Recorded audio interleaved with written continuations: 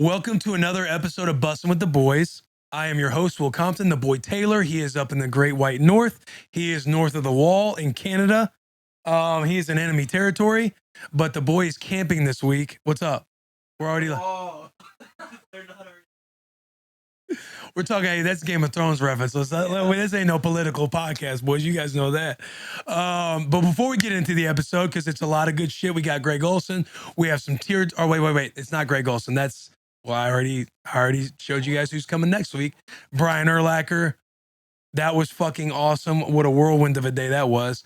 We get Taylor. He zooms in for a little bit. We're recapping everything that we've had this last week because the boys have been ascending in the outer space. But I bring you our presenting sponsor, the most durable, reliable vehicle on the road, the Chevy Silverado. Strong, advanced, dependable, just like the people who drive them. You know, the boy rocks the Chevy High Country. I love that truck. Got it from our boys right down the road at Freeland Chevrolet. The Chevy Silverado, modern, advanced with a ton of grit, a partner in getting things done, especially when it comes to the heart and soul of a pickup truck. The bed. Holy shit. Talk about Jack's chances of getting a new Chevy Silverado. The boy Jackie has made it in an ad read. Let's fucking go, boys. So for those of you who have been following the bus, you know we have this little banter we got going on, this little cat and mouse game we're playing with Rich Eisen right now. We post a photo of Rich Eisen every day until he comes on the bus. Jack, our social media guy, is in charge of doing that. He hasn't missed a day yet. Every day he's coming correct with a Rich Eisen photo. Rich, I feel like Rich on their episode, the Rich Eisen Show, they should just create a Bussin' With The Boys segment, because I think Rich, they talk about Bussin' With The Boys, or they recap all the tweets and posts that have been going on about him, I think maybe once a week. But so the deal is Jack is able to get a Chevy Silverado whenever Rich Eisen comes on the bus. We promise Jack that if he drops a photo and continues to do so every day and doesn't miss one day, and when Rich finally comes on the bus, Jack is earning himself a Chevy Silverado from the boys to him. But that is part of the ad read. I love that. Can we go back to the ad read real quick? The Silverado, strong, advanced, dependable, hardworking, all the good shit, boys, gritty. If you're in America, your ass needs to be in a Chevy Silverado. 4th of July is coming up. All the good stuff, boys. Get in a Chevy. Get one for your dad. Get one for yourself. Save up. I don't care what you got to do. A Chevrolet in the US of A. I've said that before. I wish I would have set up that tagline a little bit better. But get a Chevy, boys. Shout out our presenting sponsor, the Chevy Silverado. We love you guys. We appreciate you. We hope this is a partnership that lasts for all of eternity. Now to get into the episode. We have done a lot of shit this last week, boys. The boys have been back there grinding. They're going to get a week off next week, the 4th of July week. They have it all off. It's the first time we've ever given a vacation day. They complained enough. We finally heard them. Barstool had to tell us, hey, give them a break. They've been fucking going balls to the wall. And that shit is true. I do not want it to go unsaid that I know everyone says they have the hardest working crew in the world. I think I will say we have one of the hardest working crews in the world, because the boys grind. We are a team of 6, but aside from Taylor and I, it's a team of 4 that puts together the pod, the content, the social media, the clips, the creativity, the production of it, all of it, the merchandise, everything. These boys, a team of 4, they do absolutely everything for this podcast. And I'll just jump right into it, boys. Whenever you're listening to this episode, I don't know if we're still up there, but on Spotify, we are the #1 fucking sports podcast in the world right now. Let's give a fucking round of applause. Listen, and I'm not claiming we have the most listened to, because I'm not going to say that. I don't know how the algorithm works, because I know, pardon my take, they've been king forever. I'm sure they have the most audio downloads out there. Like the way the algorithms work, I have no clue. I do know this. We've been camping in the top 5, the top 10 for a while. Our consistency has been slowly growing over time. Again, we do not have the numbers like the Pardon My Takes, the Spittin' Chicklets. Those guys on the list, they might have more than this. I have no fucking clue. But I will say, being #1 and seeing our name and logo at the top of that list for however long it is, it could already be off. It doesn't even fucking matter anymore. It might be off by the time that this episode comes out. However, we have the photo evidence, and that will live for eternity. But to have that, boys, and to know where we were 3 years ago, boss, I know you're back there during those sunny ass days, bro. Like, we were in a gravel parking lot with a fucking duct tape bus. Made this, like, all the stickers were already up there, but we turned it into a little podcast studio. I know you can kind of see it in the cameras. And we ran off two generators, one that would flicker and we couldn't trust it. So we would have to wait. We were parked right next to an RV business where if RVs, families weren't using the business or the building to plug up and power their RV or whatever the case may be, we would have to talk to the business owner and ask if we could plug into the building to use power to produce our podcast. Our internet was off of an iPhone hotspot, and we bootstrapped that thing. And Taylor and I would talk before we dropped the podcast. Like our first one might have done like 5,000 on audio, our first mini down, because we didn't do YouTube right away. And I think we had 5,000, and people were like excited that we were doing something. Like, I'm sure that's why, like, let's see what these guys are actually going to do. Like, let's see how they sound, blah, blah, blah, this and that. But the key is always like the consistency and if you can retain that audience and build it over time. But like Taylor and I would be on the phone stressing over how it sounded. Do we think this is going to be good? Should we take this out? Should we cut this out? Like we thought about editing so much stuff out. We did edit some out, but we were always like in our own head because no athletes actively playing was doing it like that. Like I know JJ Redick had a podcast while he was playing, but I'm saying now it's becoming more of like a norm of guys, athletes branding, having a podcasting while they're playing. Hell, Draymond Green's podcasting right after a game. And we would just be in our head about like doing this because Taylor had just signed a big deal.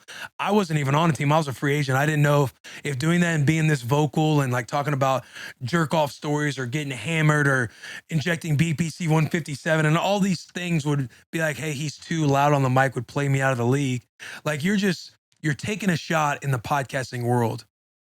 And to know that we are looking at ourselves at number one is just fucking awesome.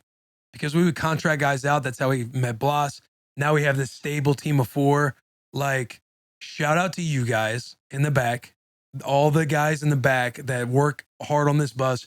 Shout out to our fans because the camaraderie and vibes that you guys bring on social media at the tailgates, the watch parties, dude, fucking all of it. We are a homegrown and home operated podcast. Like, yes, we partnered up with Barstool Sports because we ended up getting identified by going viral a couple of times with Vrabel talking about cutting his dick off for a Super Bowl, Jalen Ramsey talking shit on wide receivers, like just a couple of dudes like wanting to have people on and using our access to give guys platforms, have fun, and build camaraderie, bring the locker room to life. And we've been doing that. And it's legitimately because obviously Taylor and I can come up here and rip on a pod. I can have great conversations with guys. Taylor can have great conversations with guys and run a podcast by himself. I'm sitting up here by myself. Like we figure out ways to make it work. Whenever Taylor wants to go on vacation, I might be getting married or going on a honeymoon. Like we're always figuring that shit out. We do it with you guys who are watching and listening right now. And it's because you guys tune in and you guys subscribe, you guys unsubscribe, you resubscribe, you shout it out on your social medias. Like you're building this motherfucker with us, dude.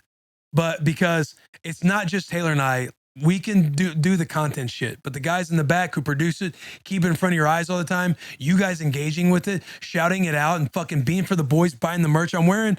Like the shit I'm wearing right now, I mean, the shorts aren't Bussin' With The Boys because it's 4th of July, one of the best holidays in the world's coming up.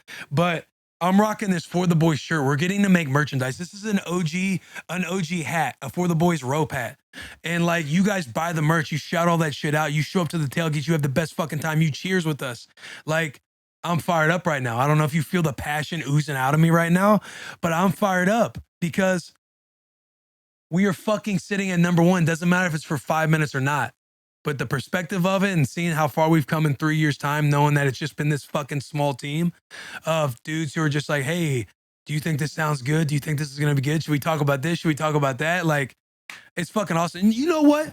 We should have a shot, boys. Like Whistle Pig, we got Whistle Pig. So we got the pig top. What's this dude called? Uncle Pig?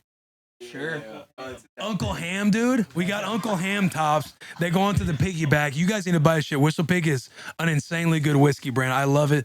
I brought on I wanted to flex on you guys. I wanted to bring on my 10 year. I didn't bring on the Boss Hog 7 or the Whistle Pig 12 year, but I brought on the 10 year. And we should do shots. We should do shots for however long this lasts. Bussin' With The Boys being a number one pod. And we're gonna ride this wave. KP.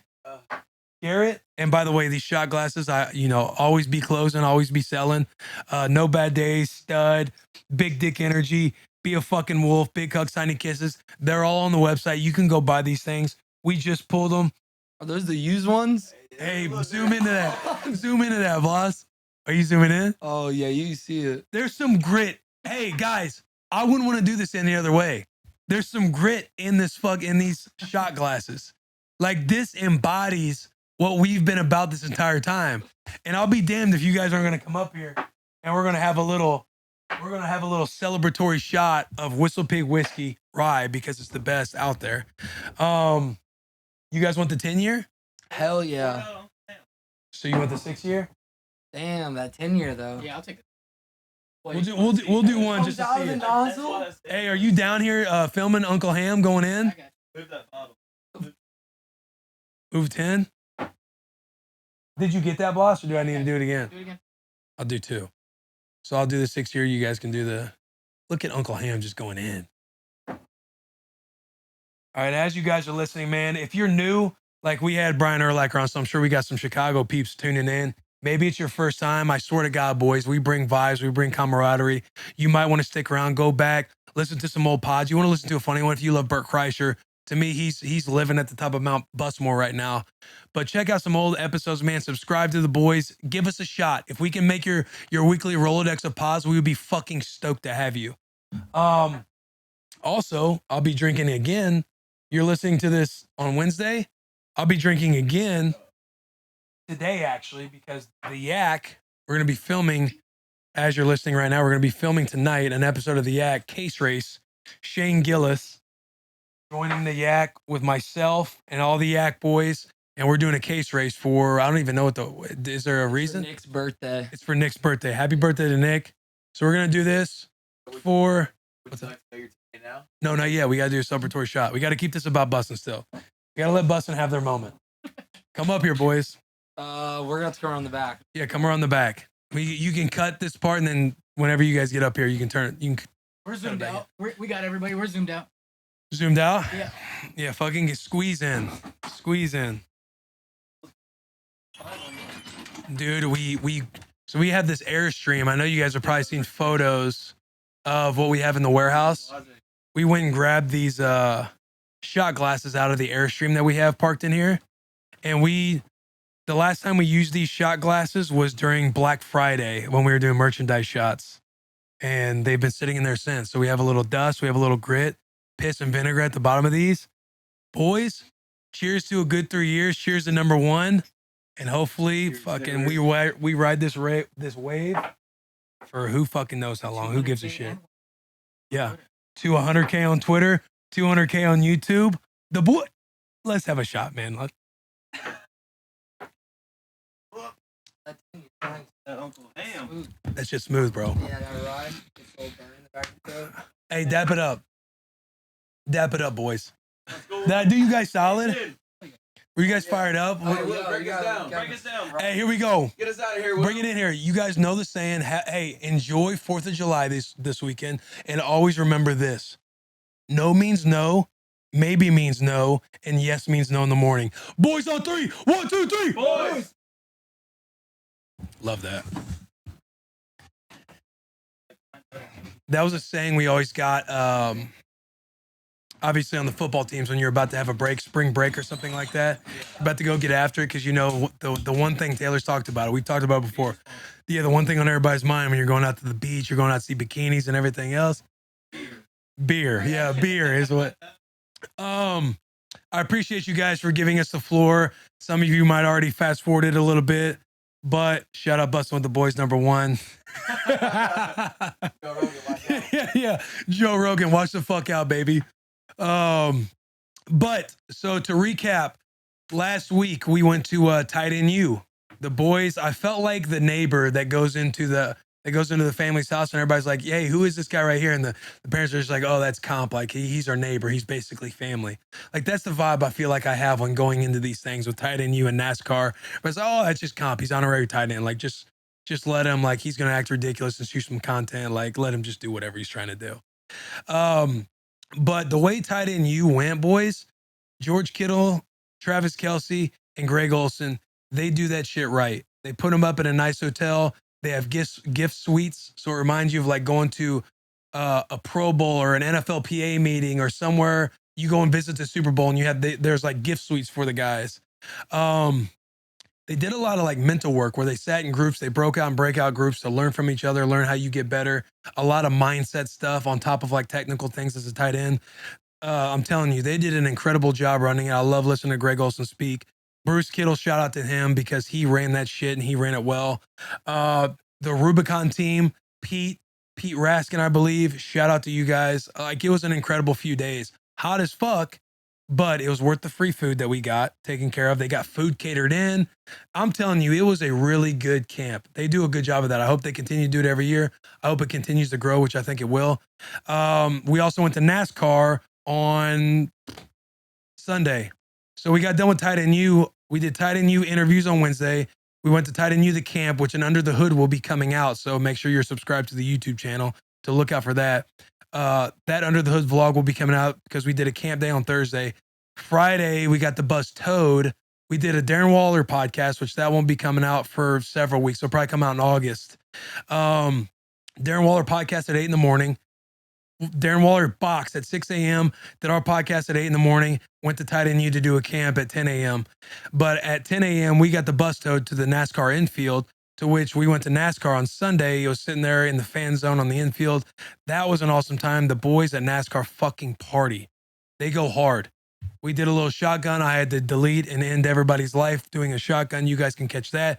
It's on all of our social media channels. You can follow all that stuff.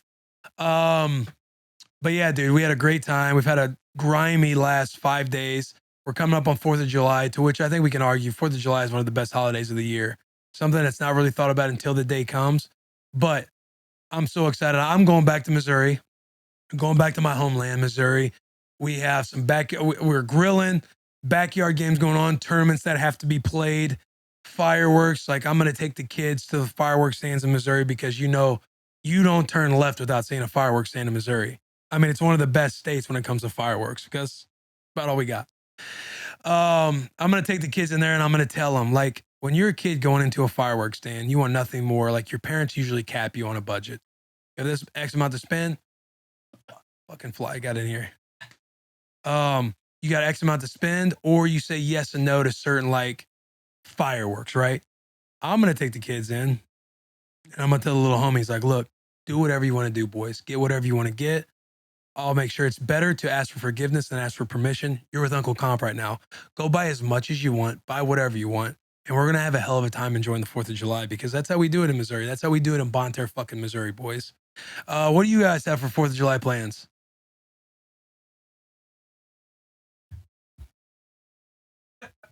Bloss is on the front line. He's a police officer. He's working. He's probably going to be on guard the entire day. I think lake days, hopefully in the future, me and a bunch of my friends over the years have gone Dale Hollow Lake, which I will die on the hill. It is the best lake in Tennessee. It's a little far though. That's the only pull. Is it really that like?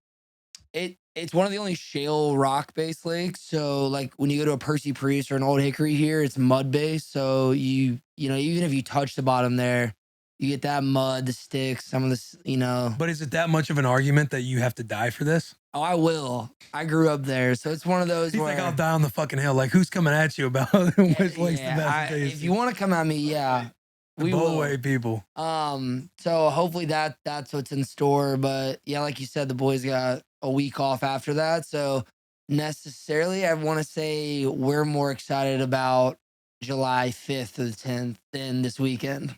I love that. And we don't even but have you to have have a little bit more responsibility. Yeah, but it's still daily we'll tweet. Have them in the bag. Yeah, we'll have Make a sure couple. You keep up with the content because we'll be rolling out Olsen next week, and he was a really good pod. We'll still all be coming out. Yeah, but yeah. I can do it from an undisclosed location. I love that. It sounds like it's going to be on that lake, but.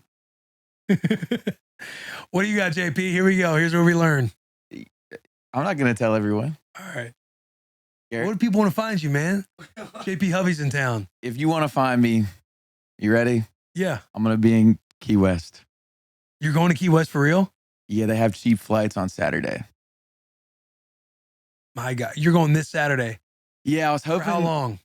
Well, I'm going to go to Key West, and then I'm going to go to Fort Lauderdale, then I'm going to come back. I was really holding out for an invite to the lake with Jack. The lake invite's there. But it didn't come. Were you actually holding out for a lake invite? I was. I brought it up to him. I said, "Oh, what are y'all doing for the 4th?" I brought it up at NASCAR. What are y'all doing for the 4th? Oh, probably the lake. I was like, "Yeah, that would probably be sick." You know you always I just said that. You know you got the invite. I'm going to the lake this weekend then. All right, come on. We'll see if it happens. We'll see. You follow them on Twitter. You will see if we'll see if this collab happens. They've been enemies the whole time. Garrett G, what are you doing? This weekend I'm gonna be spending. We got family coming in on Butch's side. We got the Nashville 4th of July show on Monday, so I'll definitely be doing that. Fire. Yeah, it's a lot of fun. Butch He Butch puts knocks in the a park lot out of that. his team. They put in a lot of work, so got to be there for that. But yeah, we got the Nashville show on Monday. It's the biggest fireworks show in the U.S. Tune in. Yo, that fires me up, and it low key it gives me a little FOMO already because the last couple of years he's invited us. Because of COVID, we weren't able to make it happen because that one had to get canceled, right? But I remember like when you came on, Butch and I had lunch and we were talking about, he's like, yo, we need to get the bus down there for 4th of July, like in the action and everything else. And I was like a kid in a candy store, like, you do that? Now he'd probably have to pay to get the bus down there. I'm just fucking with you. Butch Slap, because he wanted to pass out Butch Slap t-shirts because Butch was one of the first 5-6 people on the bus. He'll Man. have to come back. He'll have to come back on Yeah. in maybe He like should. a year or so. I'm riding high, boys. Like, I know I'm going off on a tangent. This little top podcast thing doesn't really mean a whole lot of anything, but it's really cool to see the whole #1 spot. #1 right now. What's up, One? What's up, champ? What up, One? We're gonna, before we do our favorite shout out, no free shout out segment of the week, make sure to tune into the Yak tomorrow for the case race. We today is Wednesday. Everybody listening, obviously we're in here on, what day is it? Tuesday. Oh, so it's Tuesday right now. So tomorrow this drops. We film the case race. Oh yeah, it doesn't come out until Thursday. So as you're listening, tune into the Yak on their YouTube channel Thursday for the case race. Myself and Shane Gillis is joining the Yak squad. Can't wait to fucking chime in. JP knows who's my partner is. Who's my partner? It's the birthday boy, Nick. Nick. Oh, let's go. Hey, that fires me up, dude. And then it's Big Cat, Lil Sass. Shit. Rivals become your idols, man. I know. Fired up to work with Nick, bro. He's a wrestler because I know he can get down. Roan and Shane Gillis. They're a Roan and team. Shane. Shane, it's from what it seems like. I've seen the photos. Like, it seems like he's a machine. Shane is probably the team to beat. Or Big Cat. Here it is right here. There he goes. Case race teams. Team 1, Big Cat and Lil Sass once again. Team 2, Roan and Shane. Team 3, Nick and Will. Team 4, Kyle and Owen. Team 5, Steven and TJ. It's going to be a fun time. I can't wait. I can't wait to see what goes down. I think I have my face paint. Should I tell it?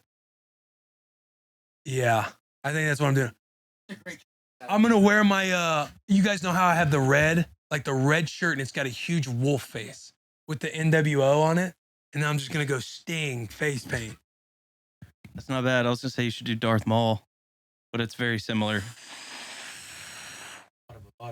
You might have just Similar. said something right there. Similar, but I know you're a Star Wars guy. Yeah. Shave my head and do a full Darth Maul. You won't shave your head. I won't.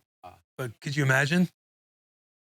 I'm nervous to shave my head because I'm scared of how it grows back. If I'm being honest and vulnerable right now with you guys. If you listen later in this episode, you'll find out how you can get it back though. That's a good point. Dude, we did all right, we'll do shout out, no free shout out, because I know we've been rolling on a hour-long like intro. How long have we been going, Bloss? We've been going for almost an hour. Well, yeah, this segment has been 26. Yeah, so if you want to, if you're listening right now and you want to fast forward, hit that hour mark, you get into Brian Urlacher. Again, if you're a Chicago guy, you don't want to hear all the fluff and the bullshit that we sit here and have the high vibes and camaraderie. But if you do, make sure you're subscribed and keep listening to the boys, man. We interrupt this episode to shout out the greatest boot company in the world, Georgia Boot. Shout out Georgia Boot. No free shout outs. Super good looking, super comfortable boots. So comfortable, you never want to take these boys off. These boots hold up in any condition without sacrificing comfort or style. 1 year ago today, the boy had his Georgia boots packed for his honeymoon trip because we were hiking all over the place. We were in Bora Bora, we were in California, and in wine country and mountain country and freaking, we were doing all this stuff. And I did it always in my Georgia boots. No blisters, no nothing, light, like it feels like you have an athletic shoe on. Also, you would get compliments up the mountain. So they look good, they feel good, all of the above. Here we go. It has the comfort technology of an athletic shoe packed into a great looking boot. Whether you're working on your feet all day, working around the house, grilling with the boys, 4th of July. These boots don't sacrifice comfort or style. Head over to georgiaboot.com and use code BUSSIN for a generous 20% off from the boys to you. That's georgiaboot.com. Use code BUSSIN. Now back to the episode. Time for our favorite segment of the week, our shout out, no free shout out segment. Blas, we started off with you, brother. What do you got? What's your shout out, no free shout out? My shout out of the week actually got stolen this week. And you'll find out who stole it later on in this episode when we get to it. But I had to call an audible, and I had to go with the glass of water on the nightstand. There's nothing worse. Wow. Okay, Blas, you coming in with something real, boy. There's nothing worse than having to get up in the middle of the night and go to the refrigerator to grab a glass of water, to grab a Powerade, whatever you need. But when it's sitting there on your nightstand and all you got to do is reach over, don't even really have to get up. Take a sip, go right back to bed. And here's the best part about it. When you wake up in the morning, you ain't got to worry about that stank breath. Slam some water, and you'll be good to go. So shout out. I'll tell you this too, because it's nothing when you hit that lean over and have that gulp it down a few times. It's nothing but you silence and hearing yourself drink that water, bro. If you're like, for me, Charles, like if you got somebody next to you in your bed, you're just wondering like, do they hear me right now? Just housing this water. I love that shout out. Jack, that's a tough follow up. Boy, you got big dog. Yeah, that's got to be Bloss's best one. Don't know if I'm going to be able to beat that. But mine ties into what we did this weekend. So shout out, no free shout out, I guess to NASCAR, but also to VIP experiences. All of us boys know NASCAR did it right. Whoever is in charge of the VIP or like accommodations for fans, they just had everything taken care of. Everything was really easy. Accessibility was on point. We could walk anywhere, do anything we wanted. Food was there, drink was there if you wanted it. All around, just being a very important person there's nothing quite like it. So yeah, shout out, no free shout out to the VIP experience, and a little side shout out to NASCAR because they did it right.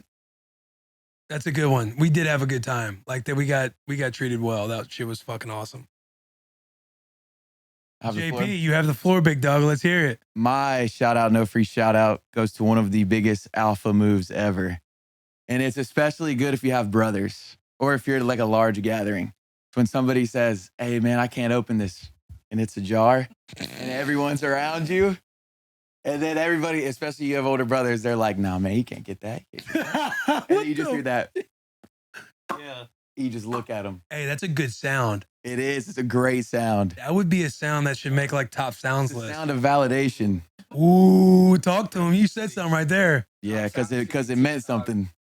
You don't know those times, man. Those times I couldn't open that jar. Yeah. But yeah, that's my shout out. Hey, nothing feels beta either than like, I know. I can't get this. Can you get this? And if they get it within the first 2 seconds, you're like, fuck, hey, I loosened it up for you. I would rather not have it. Yeah. Like, just toss it, man. Right. I don't want this. Garrett, what do you got, big dog? Hey, those are good. Yeah, those are good. Those are actually really good. But my shout out, no free shout out of the week, is going to an experience that I got to witness from my car looking out the window. It's when you turn 16 and get your driver's license. I saw some guys. We're rolling. I saw with some guys right in a now. parking lot looking at their friend's jacked up truck, getting hype about it, dapping each other up. Hey, let's go for a spin. They just drove around the parking lot like 10 times. But that feeling of finally getting those keys, driving off, and you just pile in the truck with your boys. Nothing better. So my shout out, no free shout out, is getting your driver's license. Yes. Hey, and JP, you're right about getting subs, bro. Like I had a rugged, fucking rusted, like Blazer, like a 93 Blazer. That was absolute. I mean, I love it, but it's one of those things you look back on and love. Not like when you got it, you're like, fuck, like, can you guys just buy me a car or something? It was just a piece of shit, dude. but the boy got subs one day, and you're riding around in just a trash fucking vehicle with subs, but you think you're the man. You can't hear a single lyric. All you hear Yeah, is yeah. That Mike Jones was hitting too back then. Mike Jones.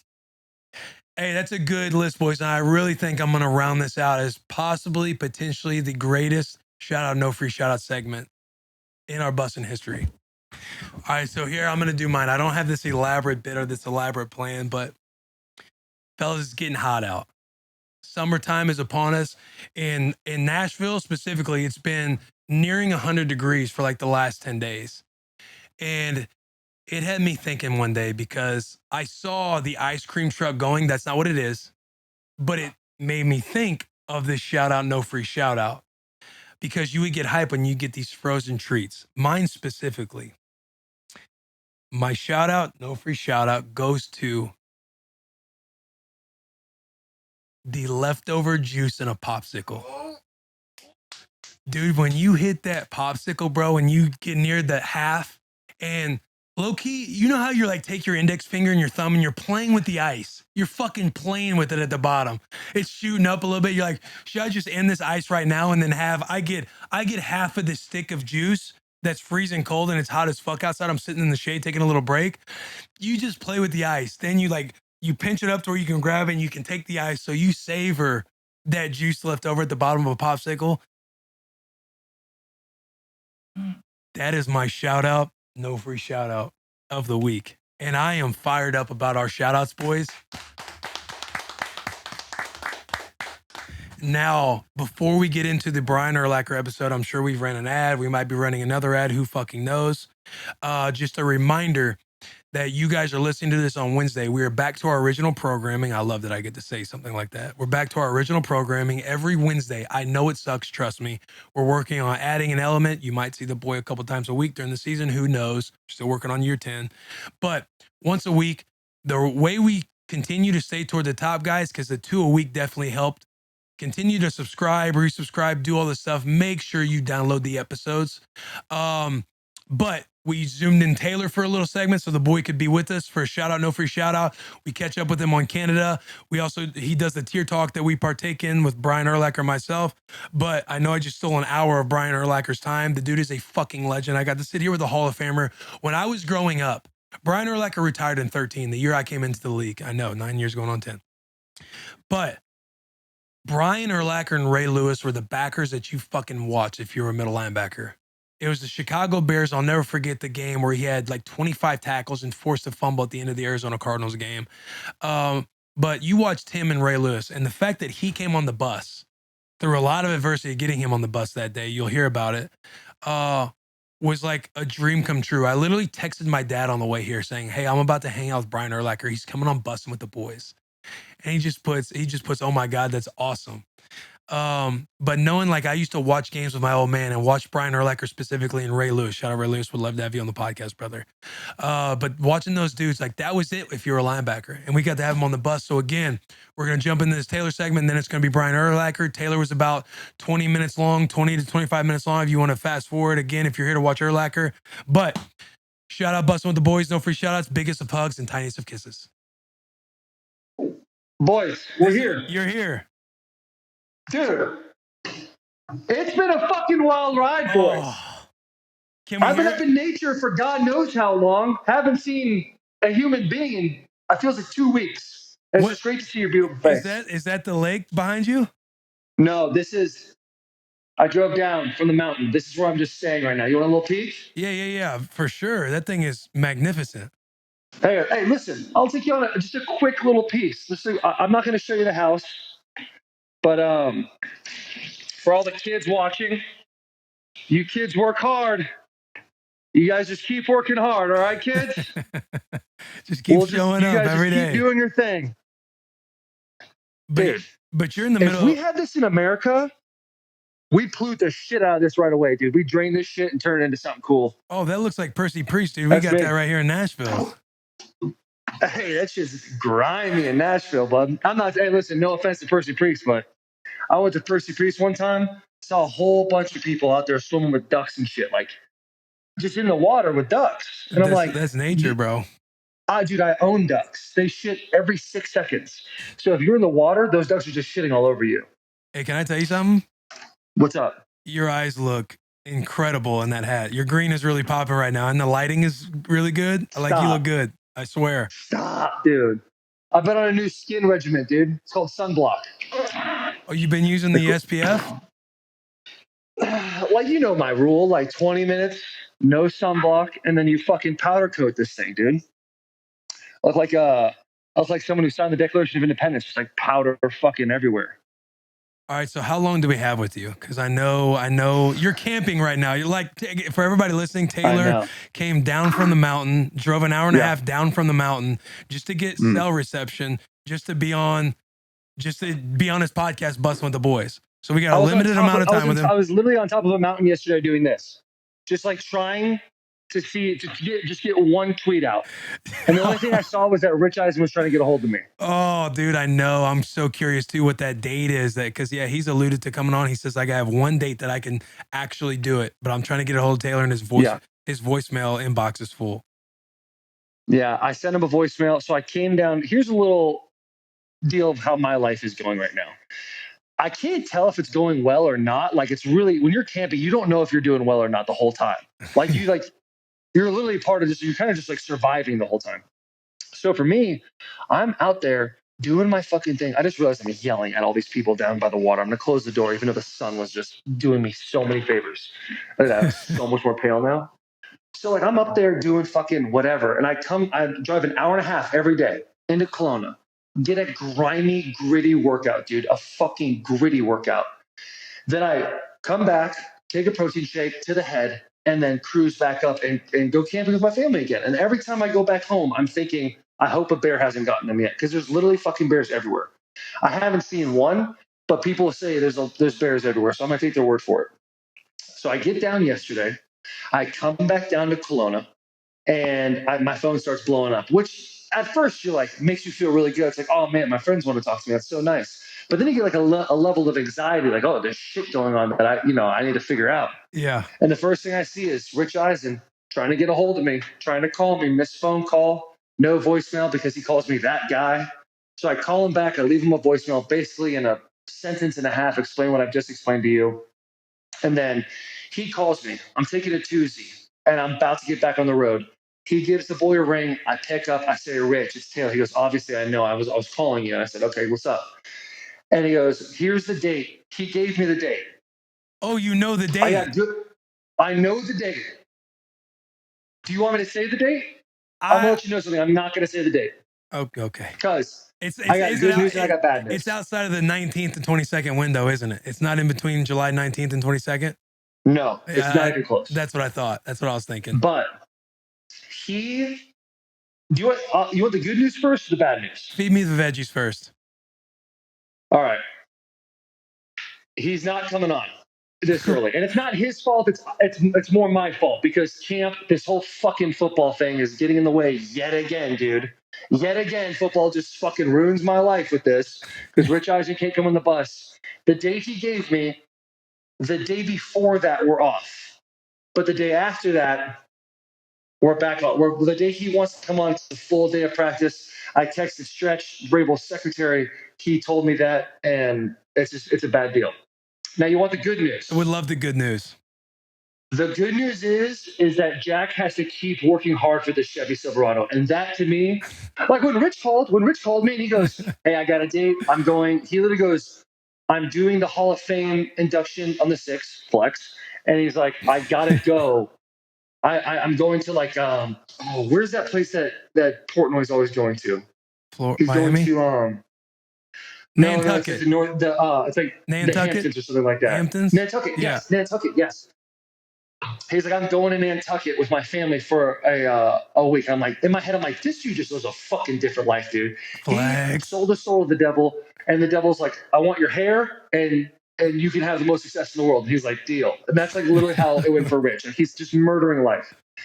And so he's like, but I can come from Ohio right after the Hall of Fame, and then boom, the 7th, come in and we'll do the podcast.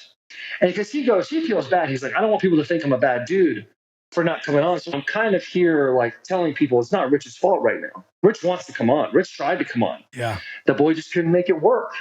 And I told Rich, I said, hey, it bums me that you can't come on, but I'm so happy that Jack's got to earn the Silverado. He's got Right. to earn the fuck out of the Chevy Silverado. Dude, if he And got a that to Chevy me, Silverado after a month of work of just tweeting every day, like, yeah, it'd be a tough look on us for sure.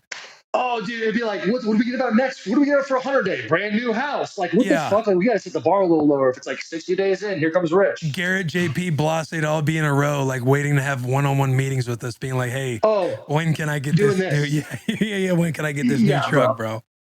Fucking trying to get some extra porridge. Football's But always it getting in is the what way. it is. Football's always getting in the way now, bro, because I tell you this, and you can leave whenever you want. You can leave the game whenever you want to, because the boys, I don't know if you saw Twitter today. I know you've had bad service, but I hit it in the group chat. We are number one on Spotify right now. Mhm. At the moment, Yeah. the boys are fucking number one. So whenever you want to be done and just run the podcast world, it's all here waiting for you, brother.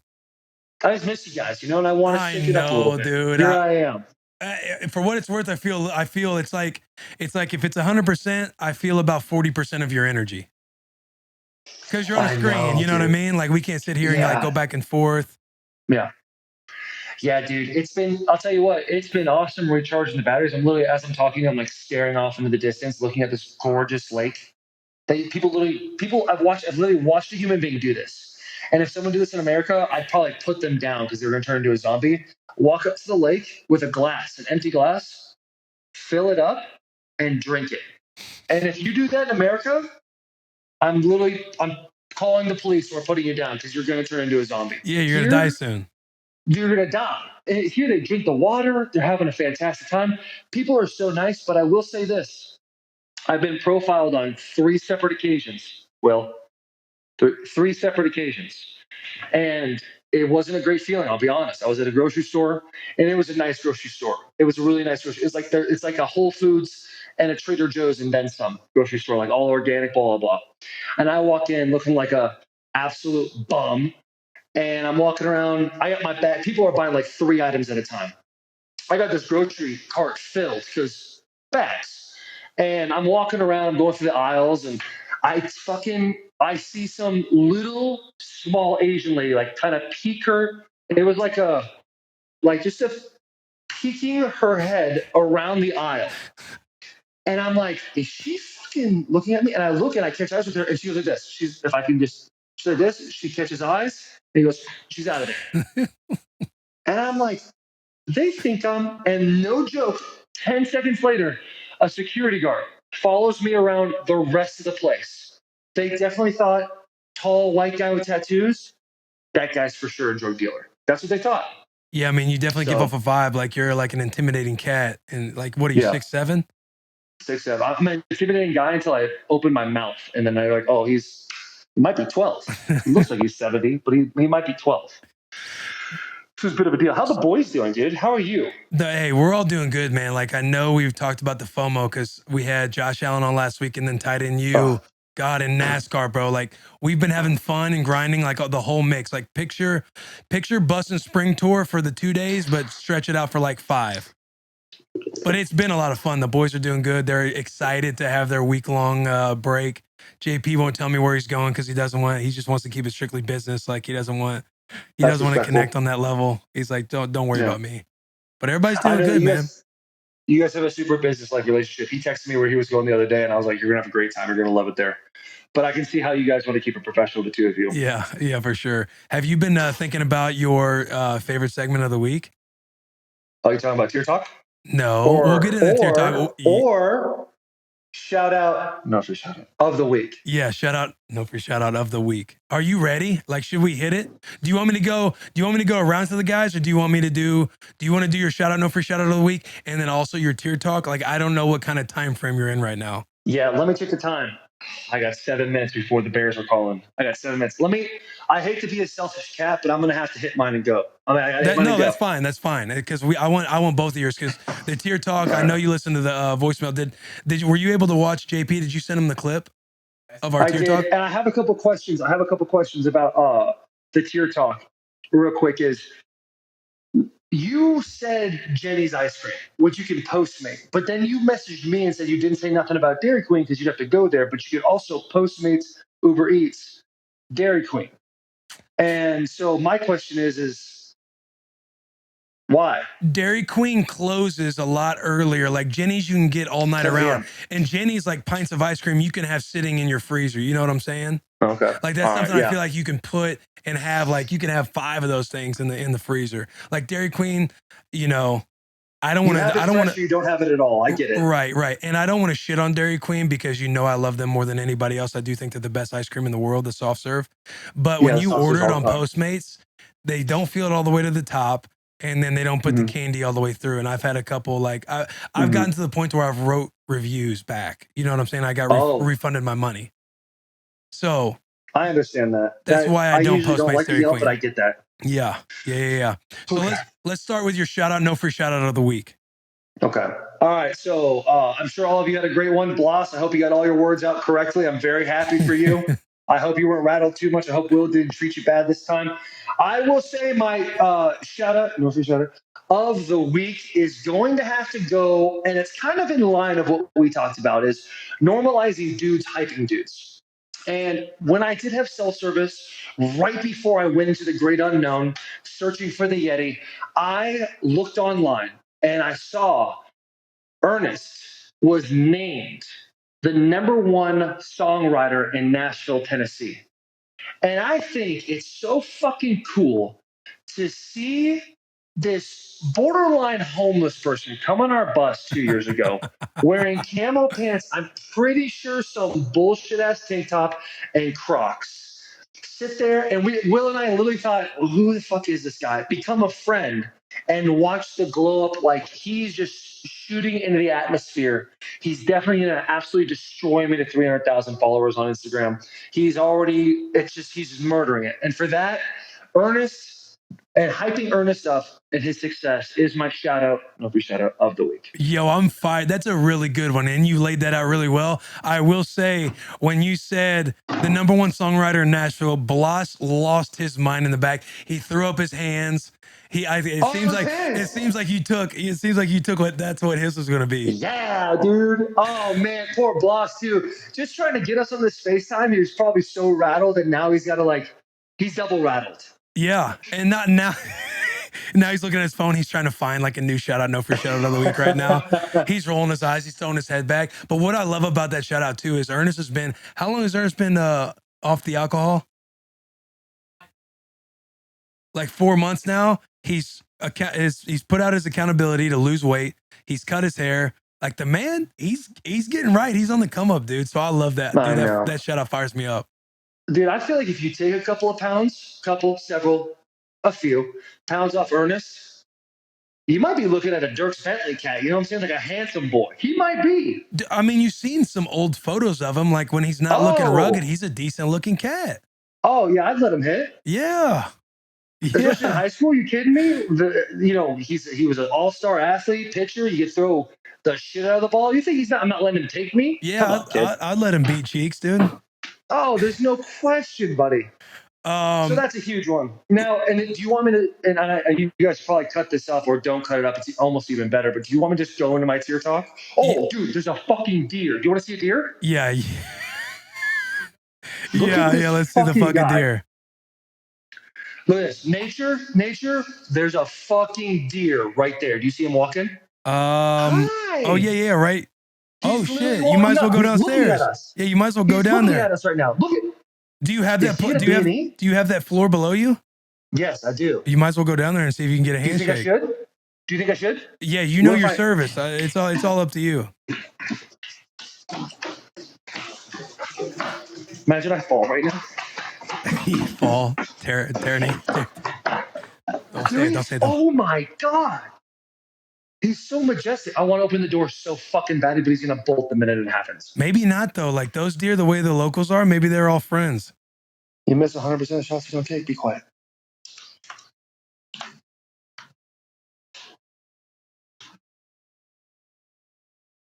Oh, I see you grinding. Oh, he needs to come back up. Hey. Hi. Do the kissy sounds. Oh, that scared him. What do deer noises are? What are deer noises? That's a grunt. That's a deer grunt. I don't know. That's a girl deer, right? So she probably thinks like, I don't want to get taken right now, so I don't want to boy grunt at him. Yeah, the Like, doe. what's a friend zone? What's a friend zone deer noise? Oh, he's gone. Fuck, hold on. Grinding. Garden.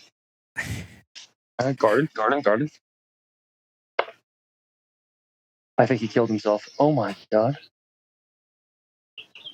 Well, yeah, get back. Hey, get back inside. I think we're losing your service a little bit. Poor connection. That was Canada. That's fucking dude. You just saw Canada. Poor connection. Get back in your house. All right, we're good. All right, so the tier talk.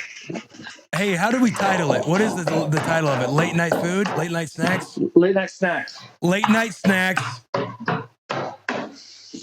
Hang on, I'm gonna wait because you can hear your stomps. All right, so the tier talk of the week was late night snacks. Yeah. You watched the video, you heard mine, you heard Brian's. You can comment on either one, and obviously the floor is now yours. Okay. All right. Give me a second. The stairs. Doesn't matter. Doesn't matter how much you fucking grind, boys. You hit stairs, it's over for you. All right. This was a difficult one for me. This whole tier talk was difficult because it's really very vague. So I guess I heard the way Urlacher put it. I didn't like his delivery. I thought his delivery could have been a lot better of like making us feel it a little bit more. Mm-hmm. Yep. But he got to the point, which is great. He seemed like a no-nonsense type of guy. Loves his junk food, though. I love how you served yours up. I wasn't a huge fan of your tier one, to be honest. And I'm not trying to, like, I don't want to get off this phone call and have like an issue between us, but I really think Jenny's is probably the most overrated ice cream I've ever been a part of. Hey, hang on, JP. I don't disagree with that statement. JP was mad that I said it because you got to spend $8 to get that pint of ice cream, which I don't disagree with. Yeah. Like, you got Ben and Jerry's, like you got a lot of credible brands out there that you can dig your spoon into. Solid. But I've been on a very credible, like Jenny's is like, I walked in there as a rookie and it's like, do you want to try any? And I was like, sure. And there was like one that was like cherry and goat cheese. And I was like, what the fuck? Yeah. It's pretty delicious. I don't disagree with that. They got some offside shit in there, which is like whatever. The gooey butter cake. The gooey butter cake is what pulled me in. Like that's my go-to there, because you're right. They got a vibe in there. They're like a little better than you. Some bougie ice cream. So I do not disagree. I do not disagree with that statement, boys. I just specifically the gooey butter cake has been tickling the boys' nuts lately, and it's been tasty. Yeah. But I'm excited to hear yours. I'm excited to hear yours. Yeah. So my tier 3. This is tough. Okay. Don't do it. Stay focused. Yeah, you're right. There's so much nature, dude. I'm thinking I'm becoming a nature person. My tier 3 is going to be a generic like a Sour Patch Kids, like a gummy candy. And I'm not proud of that. But I think that if I'm in a car wreck or you're just a little banged up, dude, and it's a Tuesday, and you see a patch of a section of Sour Patch Kid watermelons just sitting there, not even open yet, talking shit, staring at you, it's going to catch hands. And there's no doubt about it. So I would have to say that gummy candy, I'm a sucker for the gummy candy, dude. Sucker for gummies. So that's my tier 3. My tier 2, and because I heard you say Jenny's, it made me go local.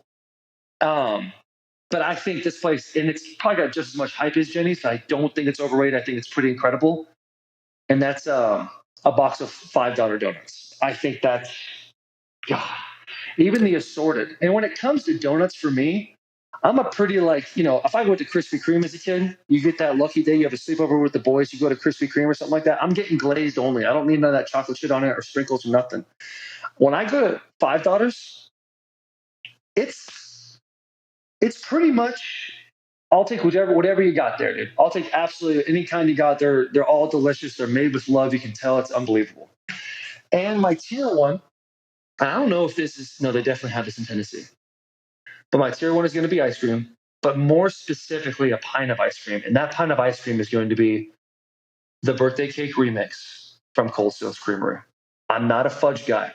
I don't claim to be. But when they put that whatever ice cream in there, I think it's like cake batter ice cream, which is so much sugar. Yep. And you take the fudge, you put that in there, and then they take the brownie and they make that nice little, kind of like when you take your spoon and you put it on your mashed potatoes before you put the gravy before Thanksgiving, and they put the brownie right in the middle there and they smash the shit out of that thing. And then they drizzle the fudge on it and then bank them sprinkles. Huge sprinkle guy in my ice cream. I love the texture. They bank the rainbow sprinkles. They mash that up and they put it all over your mouth, I think. And if you're in a car wreck and it's a Tuesday, like we talked about before, you can't miss, dude. That shit does not fucking miss. Now, I'm not as proud of my tier 3 as I like to be, but my tier 2 and tier 1, I think, are undefeated. Why would you not be proud of your Sour Patch Kids with all the late night snacking you got out there, dude? I think you kind of can't miss a whole lot. Like, you got your go-tos. You're walking in the pantry. If you find some Sour Patch Kids and that's your vibe, then that's your fucking vibe. Yeah, no, I get what you're saying, and I appreciate you being there for me and supporting me when I couldn't find the strength to support myself. And that's a real friend. Yeah, I will say this. It seems like you're living a good life. You got $5 bakery stack of donuts just laying around the house for some late night food. Because that donut is fucking incredible, dude. The 100-layer thing that they do, where they got the little cream in the middle too. Like, Charles a purist, that one's fire. But I love, like Taylor was saying, the assortment. Like, they got a King Kong, which is like a maple with the bacon on top, and then like the white cream in the middle, in between the layers. Yeah. Strawberry shortcake, dude. I think $5 bakery fucks hard. I like the Cold Stone Creamery. I think is that could be a debate. Speak your truth. Yeah, you're speaking your truth. I do think that could be a debate because don't you got to go to Cold Stone Creamery to get it? You have to go. You could Postmate it. Postmate the same way you Postmated your Jenny's. Okay, that's why I did that instead of Dairy Queen, because you left Dairy Queen alone. And I think if we were replaying this game right now and we were like, hey, Dairy Queen's on the table, you know what we're doing. We both know what we're doing. What do you mean you got a video? You got evidence of what the boys doing. Remember? Remember that? Hey, you may love that thing, boss. Did you have, when was that? Bro, we were in a little bit of a banger at my old house, not the one now. That's when you just had gotten COVID the next day, because we shared that. The night I got COVID. That was the night. Right. But we were sharing the same spoon and everything, and your boy was COVID free after that. And you're like, hey, code red, the boy got COVID. Go get checked. Dude, I'll say it right here, Will can't get COVID. Can't do it. He's superhuman. All you people freaking out about COVID, we all should, but Will, you do whatever the fuck you want, buddy. Like, you don't even need to wear a mask. That's true. That's why I never did. Yeah. I mean, even in the airports, I remember watching you take it off and then you try to pin it on me. But yeah, I mean, you can't get sick. Will Compton cannot get sick. Dude, but I remember that. I got to find that video because you didn't just eat it. Like, you didn't say, hey, like, let me get a bite, and you grabbed it and did it. Like, let me get a bite, and then you stared at it like, you have no idea what I'm about to do to you, motherfucker. No.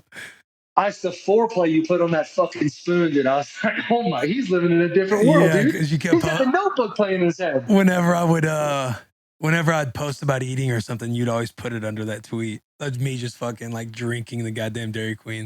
Bro, I gotta find that shit. All right, boys, listen. It's 12:07. I'm already 7 minutes late. I gotta go. All right, love you, brother. Hey, I love all of you. Will, I love you the most, obviously. I know you're the longest. But boys, and JP, have fun where you're going, dude. I know you're gonna have a blast there. It's right up your alley. Can't wait to hear about it. All right, no see problem. You, bro. Boys, Jack, keep grinding, buddy. Get that Chevy Silverado Bluffs. I hope you found a shout out, no free shout of the week. Garrett, the merchandise king. Oh, dude. Will send me a picture of new shit we have coming soon.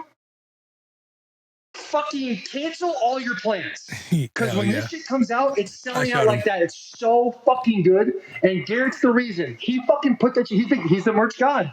Dude, he's the merch god. The merch god. So, boys, you all killed it. You guys are all killing it. I miss you. I have FOMO. But I just saw a deer. And I think I saw an eagle fly by earlier. So I'm kind of having a good time, too. All right, brother. See you, boys. See you, man. All right, we interrupt this episode to bring you Revitalite. Shout out Revitalite. Here we go. Throw it on over here. Shout out Revitalite. No free shout outs, boys. advanced rehydration solution designed to replenish vital fluids and minerals. It's powered by the same electrolyte formula found in the baby aisle, but with an improved taste and texture, but more appealing to adults. Revitalite is conveniently sold next to the beer, wine, and liquor, so you can shop like an adult and hydrate responsibly. Barstool Black Label, the berry frost flavor, is my number one. Pro tip, drink half at night and the other half in the morning for optimal results. My wife and I, we went out last weekend. I knew I was going to have a few old fashions because you know the boy loves whiskey, specifically Whistle Pig. And I drank half before we went out, drank half when I got up in the morning. The boy was feeling vibrant. The boy was feeling free. There was a lot of good vibes that next morning. Pick up your Revitalite Black Label today in store or online at the Barstool store and tweet at us or tag at Drink Revitalite in your morning after stories we might share. I'm sure we're going to engage with you guys, but have fun, drink responsibly, drink Revitalite. How good was that burger? Good, dude. Why do you have why is So we went on a spring tour for Bussin With The Boys, Okay, and we went to my alma mater because Taylor's got a Lawan, Nebraska one. Oh, there you go. Okay, I'll ever see And then they that one. gave Gotcha. then they hooked it I up. can't with make you very happy then. For what? Seeing that in Michigan. Do you know what's coming? You know what's coming from those visits? That right there is Jim Harbaugh agreed to make the Nebraska-Michigan game the Bussin Bowl. Oh. So we had both coaches sign off. Well, Was both Frost the coaches coach? agree, yeah. Okay. Frost is like, if you get Harbaugh and the AD on board, I'm all in. We went to Harbaugh. Harbaugh was all in. He was fired up. Really? He signed that piece of paper. Our lawyer, our legal team, Jack, back there wrote that up. It looks authentic, man. Yeah. It looks legit. And now I just messaged with the AD from Nebraska like a few weeks ago and showed him the video of everything. He goes, bro, let's do it. I'm all in. What conference? Nebraska's in the Big 12? Big 10. They're in the Big Moved. 10. They moved to the Big 10. Oh, so they can play. What'd you They're say? in the same. They're in the same division. Yeah, so they're going to play the next 8 years. There you go then. All right. We're going to get a big trophy made. It's going to be a monstrous, like a bus trophy. Got the steer horns on the front. It's going to be Sweet, heavy dude. as shit. I like Hopefully it. like 50 pounds. Yeah. And dudes are going to battle for the bus. Hopefully like 50 pounds. Yes, bro. Trying to like hold Heavier is over their better. I head. like it. It's going to look funny. I like it. Dude, so we got Brian Urlacher. We have had the most adversity on the bus that I think we've ever seen in a day. I'm sitting in my house. Taylor sends me a voice message like, hey, bro, I'm running a fever right now and I got strep throat. I got tested and I have strep throat. My tonsils are swollen, everything else. I'm like, oh, fuck. Well, I know he's going to have FOMO not being on the bus talking with Brian. FOMO. But, and then I get the power goes out at our house. I'm thinking, oh, that's no big deal because it wasn't raining too hard. Then Blas hits the group chat saying the power's out at the bus. I'm like, what the fuck? Like, hopefully it comes back on because it stops raining. Then I get a call from Peggy, who did the booking for you and hooked it all up. Yep. And Peggy hits me up and goes, hey, they rerouted Brian to where'd you end up? Knoxville? Knoxville. Yeah, they reroute Brian to Knoxville. I'm like, yo, this is fucking crazy because you're supposed to be here a couple days ago and then all the delays happened. Everything happened there. Yeah. It's unreal. I'm here now. Hey, we made it happen, bro. Yeah, We were sitting here. job. We were sitting here shooting on the hoop outside and stuff. The power came back on. Got you some Hugh babies because you're starving. Unbelievable. You're fucking around with the airlines. They just don't like me. I'm worried about, I'm supposed to go home after this. We'll see. Yeah. I'm worried. Where have you been? Because you were just on the McAfee show, bro. I was, yeah. So I went from, what is today? Friday? Today is Friday. So I left last Thursday and I went to Florida, played Jordan's place on Saturday. No, I played the Grove on Friday, Jordan's golf place. Went fishing Saturday and Sunday. Michael Jordan? Marco, MJ, yeah. MJ, Nice flex. Yeah. Nice flex. So his place is great. The golf course is unreal. You guys are Chicago guys too, so. Oh, I played there. I'm not from there. But are you guys boys? Like, Well, so we remember the same golf course in Chicago at Merritt Club for, I was there 15 years. Michael was probably there 30 years. okay, I see him out there all the time. Didn't play a lot of golf together. We always saw each other. yeah, But he's great. He's awesome. Always super nice to me. Doesn't have to be, but he always is. yeah. And the idiots I bring with me too. And then I went back to my place in Marco and fished for 2 days. Supposed to come here on Monday. Was it Monday? Tuesday? Anyway, the whole When was that? schedule got. Tuesday, I think. It was supposed to be Monday. The whole schedule got thrown off by some. I don't know what happened. And then I was supposed to come on Tuesday, right? Tuesday Monday afternoon. or Tuesday. And Tuesday I was supposed to be here at 7:30 because Taylor had training or Right. Yeah. mini camp. I don't know what the hell it is anymore. Mini camp. And then flight got canceled or delayed, canceled. Drove to Orlando to try and make another flight to get here. Delayed. So I ended up I flying love to the grit though. It I was love you trying to unreal. make it. I was trying to make everything and I couldn't. Then I'm going to Chicago after the McAfee show. Spend the night there. Come here this morning. I spent 2 nights in Chicago actually. I saw my brother and my nieces. Then came here and now I'm here. And then I'm you going go home home after to this? Arizona today. Yo, is that pretty much a glimpse at the retirement life? No, that's shitty. I don't like doing all this stuff, man. I'd rather the retirement life is golf, fishing, riding my bike, just hanging out, man. Just relaxing. But it's been hot as hell. It was 115 like 4 days when I was gone, so I did miss that. Is Arizona enjoyable in this time of the summer? Dude, I know like it is in the winter. Yeah, and the winter's stuff. great. I don't mind it, man. So here's the way I look at it. So in Chicago in the winter, can you go outside and do shit? No. So in Arizona, if it's 115, I still play golf in it. I don't care. I mean, it's great because I lose a ton of weight. You know, I can still eat like shit. I can still do what I want to, and I can lose weight while I'm playing golf after I ride my bike. It's great. Bro, I saw the clip with Foreplay about you talking about how shitty you eat. So bad. You did when you played too? So bad. I got a little better the older. So when Rusty Jones was our strength coach. I want to say after my fourth year, he showed up. So 5 through 13, he was our strength coach. And I had no idea I just ate whatever the hell I wanted to. And I still did when Rusty got there, but I was more like, he was like, yeah, get your carbs. So I did eat more carbs when he got there, but I just like junk food. I like donuts. I like candy bars. I like Pop-Tarts. I like cookies before I go to bed with 2% milk. Now, I did go 2% milk instead of whole milk. I love chocolate milk. Chocolate milk's good for you after a workout. You know that, right? Yeah. Of course you know that. So I like food, man. So I ride my bike now as much as I can so I can eat whatever the piss I want. You're much smaller in person. Thank you. I'm just fucking. Oh, damn. I thought you'd be taller. I saw you. I was like, oh, he's down there. Okay, my bad. Yeah, he's a short guy. He's a short guy. Are you 6'2", 6'1"? 6'2". 6'1.5"? 6'1", yeah. 6'1", 7'8". With the shoes on. You know what I'm saying? Well, you're at the combine. Tallest 6'1" guy. I wasn't a combine guy. Did you go to the combine? Undrafted, Really? bro. Pro day. Yeah. Come on now. Grit. My bad. Fit. I hear you. The combine did me some good. That's what I mean. I was projected high, but I was a quote unquote small school. I didn't go to Nebraska. I didn't go to Nebraska. I wasn't a freaking big time schooler. So I went to the University of New Mexico. So I didn't get a lot of looks, but they had me projected high, but the combine really solidified my spot. Dude, because you were a safety in college. Yeah, I was a free safety. I was like a rover. We played a 3-3-5. I was free in the middle all the time, but I just did whatever I wanted to. It was unbelievable. So they built it around you. Yes. Well, the defense it was called the Lobo. It was the Lobos. Yeah. But there was a guy played the same position at UCLA before. I don't remember, he was a safety. I'm not good at remembering, but he played the same position I did when Coach Long was at UCLA, and then just made his position for the Lobo at UNM. And you were a receiver in high school? Yeah. Were you a beast? I was pretty good. I was slow. I mean, tall, skinny, white guy. But, I scored 25 touchdowns my senior. We were state champs. We were good. Receiving touchdowns? 25 total. I think I had 6 punt and kick returns, 2 rushing, and the rest were receiving. And then you were a beast. I had no defensive touchdowns in high school. 0. 14-0, state championship. Oh, look at that. Yeah. Hell yeah. Yeah, we got our guys back there. They work now. Yeah, state champs, 14-0, nationally ranked. I don't know how we got nationally ranked, because if we played anybody that was good in another state, we'd have got throttled. But we were good in our state. How fun was it winning a state high school championship? Pretty badass, because you think we have one high school where I grew up. How big is your town you go? So you grew up in 4,000 people? 4,000 people, yeah. In your town? Yeah, in our town. Oh, that's smaller than where I grew up then. Yeah, so we had one high school. Probably similarly, we had one high school where I grew up, and you go to school with all the kids. Like our senior class, there was like 13 of us, and we all played from 7th grade on together. So it was cool as hell. But we lost the state championship my junior year. We were 11-4, and Artesia beat us in the state championship. Beat them in the regular season my senior year, and we ended up going on to win. Super motivated going into your senior year. Oh hell yeah! All the bulletin board material. And then our quarterback tore his ACL our 8th game of the year. Our starting quarterback ripped his ACL in the second quarter of the 8th game of the year playing Artesia. And then my boy Brandon comes in, and we go 6-0 with him at quarterback. Still slinging it? Oh yeah, you guys got to hit the run game more.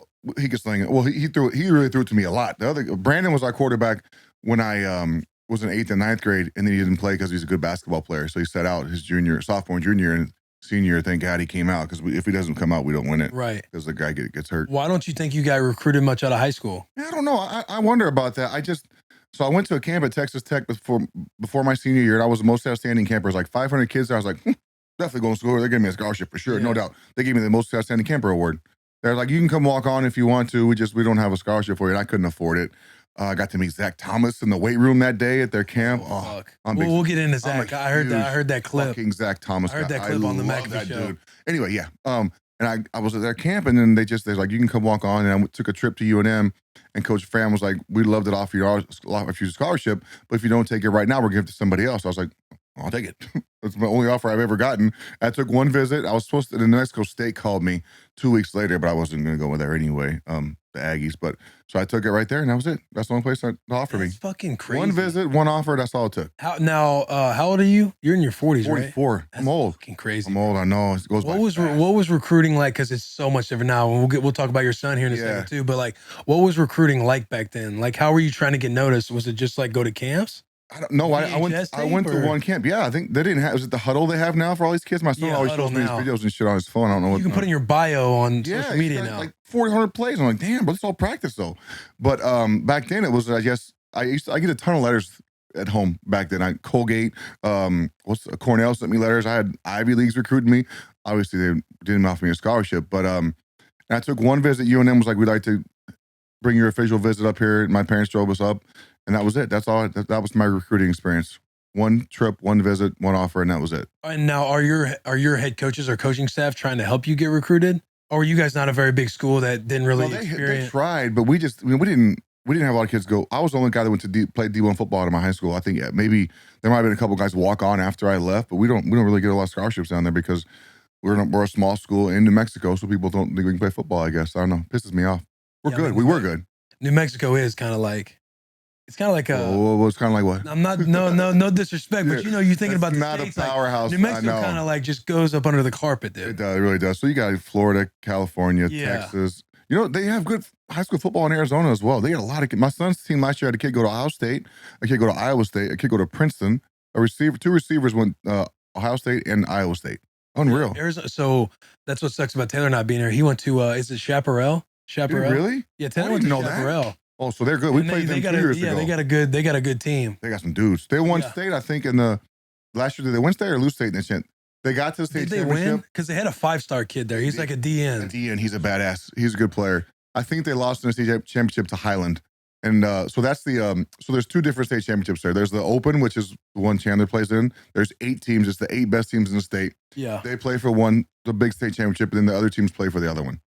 If you don't get in the Open, you're just playing. It's still a state championship, but it's not like the big one. It's weird how they do it. It's like the losers bracket. I didn't say that. I'm not sure what they call it. but you got a son though, and he just got he's getting recruited by like Iowa. Yeah, Kennedy got an offer from. So one of the guy I play with plays for or coaches for Iowa. LeVar Woods, there's a special teams coach there. LeVar's played linebacker with me in Chicago. Good guy, good dude. He played at Iowa. Yeah. And he played at Arizona. I think he also played at Detroit. Good dude though. So he's their special teams coach. And he called me. He's like, "Hey, we're gonna recruit your son." I was like, "Cool. What do I need to do?" He goes, "Nothing." And then he shows up one day and he calls me like a week later. He goes, "We want to offer Kennedy a scholarship." I was like, "Oh, he's gonna be so happy," because my son's a big dude on his own guy. He don't want me to do shit for him, which I appreciate. You know, I don't want to do shit for me. But it's hard because of his last name. I think he's may help a little bit. But he's been busting his ass. He's gained like 40 pounds in 2 years, just all muscle. He's growing a little bit. But they offered him, and then Arizona State offered him 2 weeks ago. He's got an offer from Arizona, Northern Arizona, and the most important one, the University of New Mexico offered him first before anybody. Does New Mexico have a shot in hell to land them? I hope so, man. I don't know. It depends. I think so. The head coach at UNM was my roommate in college, Danny Gonzalez. Okay, so, man. I hope so. It would be fun to watch him go there. He'd probably do pretty well there, I would think. We just don't get a lot of players at UNM. And you know what's stupid about? Not stupid. It's good for the players, but the NIL money.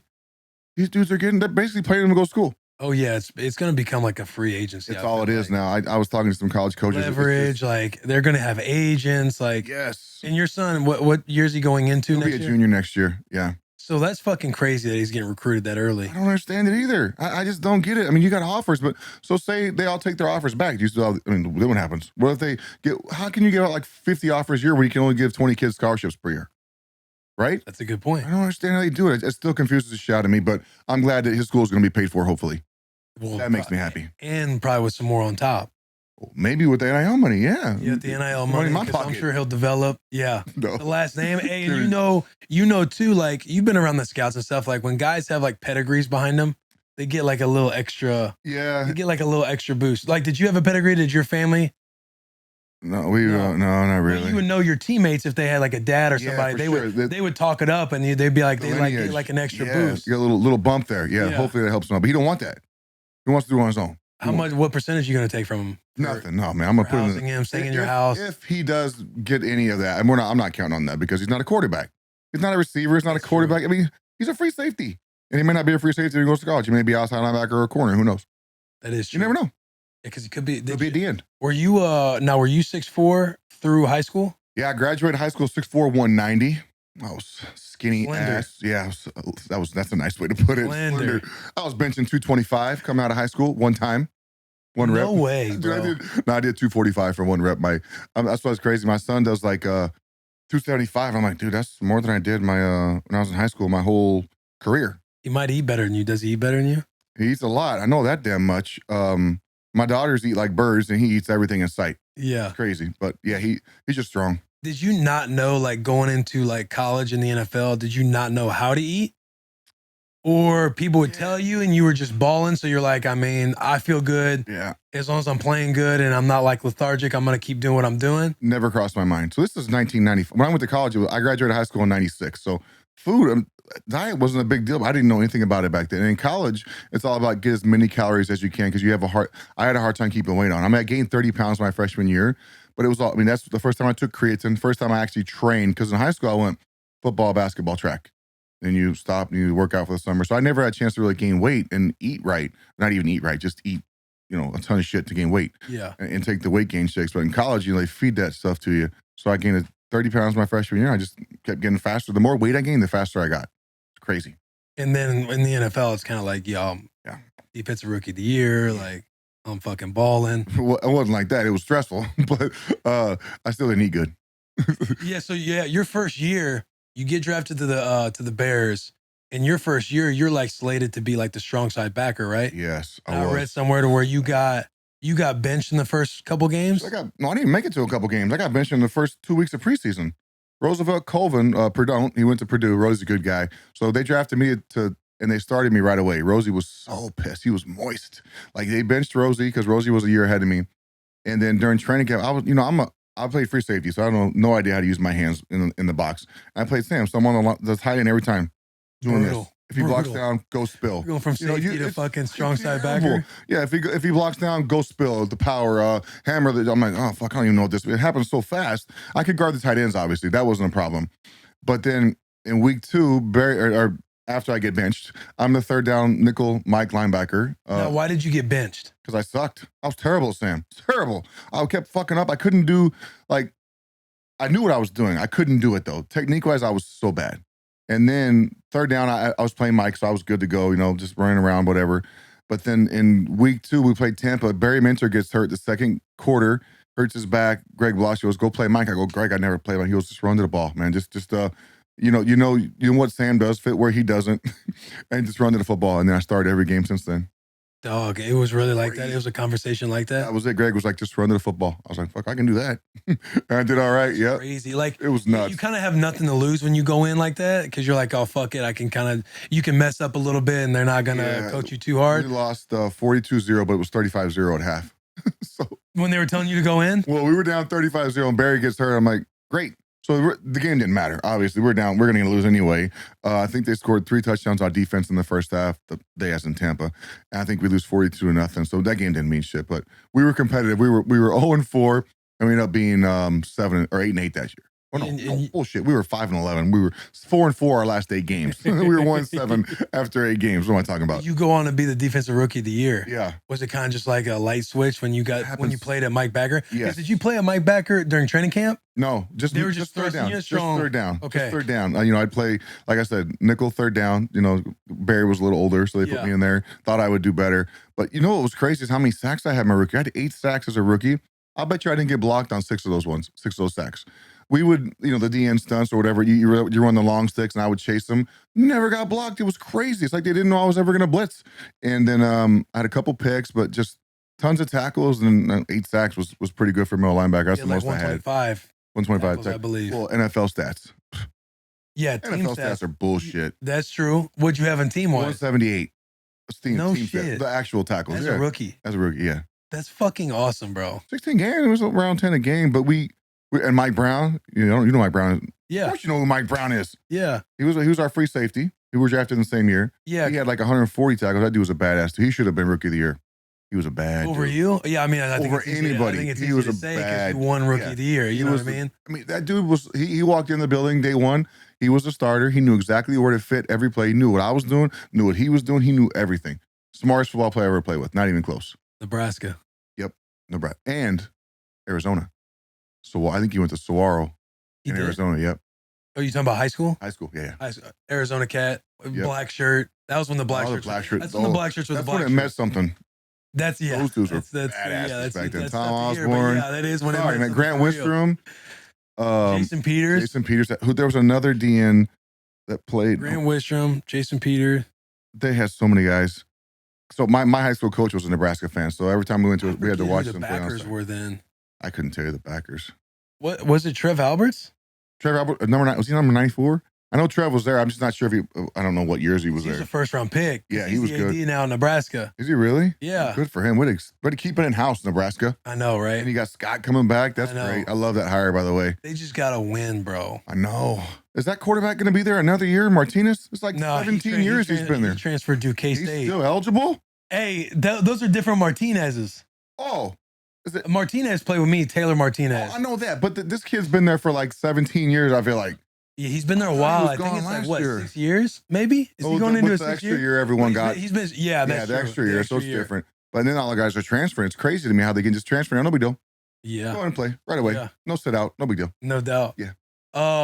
Crazy. Starting off in that first part of your career too, like going to 05 when you become defensive player of the year, Yeah. you go through a coaching change to Lovie in 04, and you guys kind of have like a really mediocre year in 04, and then you become defensive player of the year in 05. Talk about the coaching transition, like what that was like playing for Lovie for a long time. Yeah. My first staff we had it was Dick Duran was our head coach, and Greg Losh, our D coordinator. They were unbelievable. I love playing for those guys, but it was just, I don't know, man. They didn't have a lot of faith in them. Offensively, we're struggling, so they fired that staff. I was super pissed when they fired Coach Duran.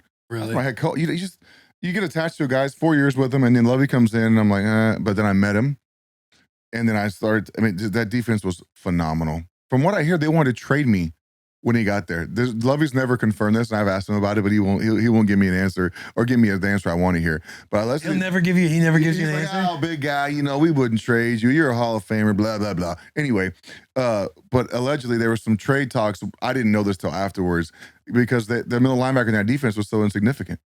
It's the will. You want the will because in the 4-3 that Lovie ran, the Derek Brooks, Lance Briggs, those are the guys that made all the plays. It wasn't the middle linebacker. So I was like, early on, man, they ran cover 2. If it was a pass, my ass was running down the middle of the field. You turn and run.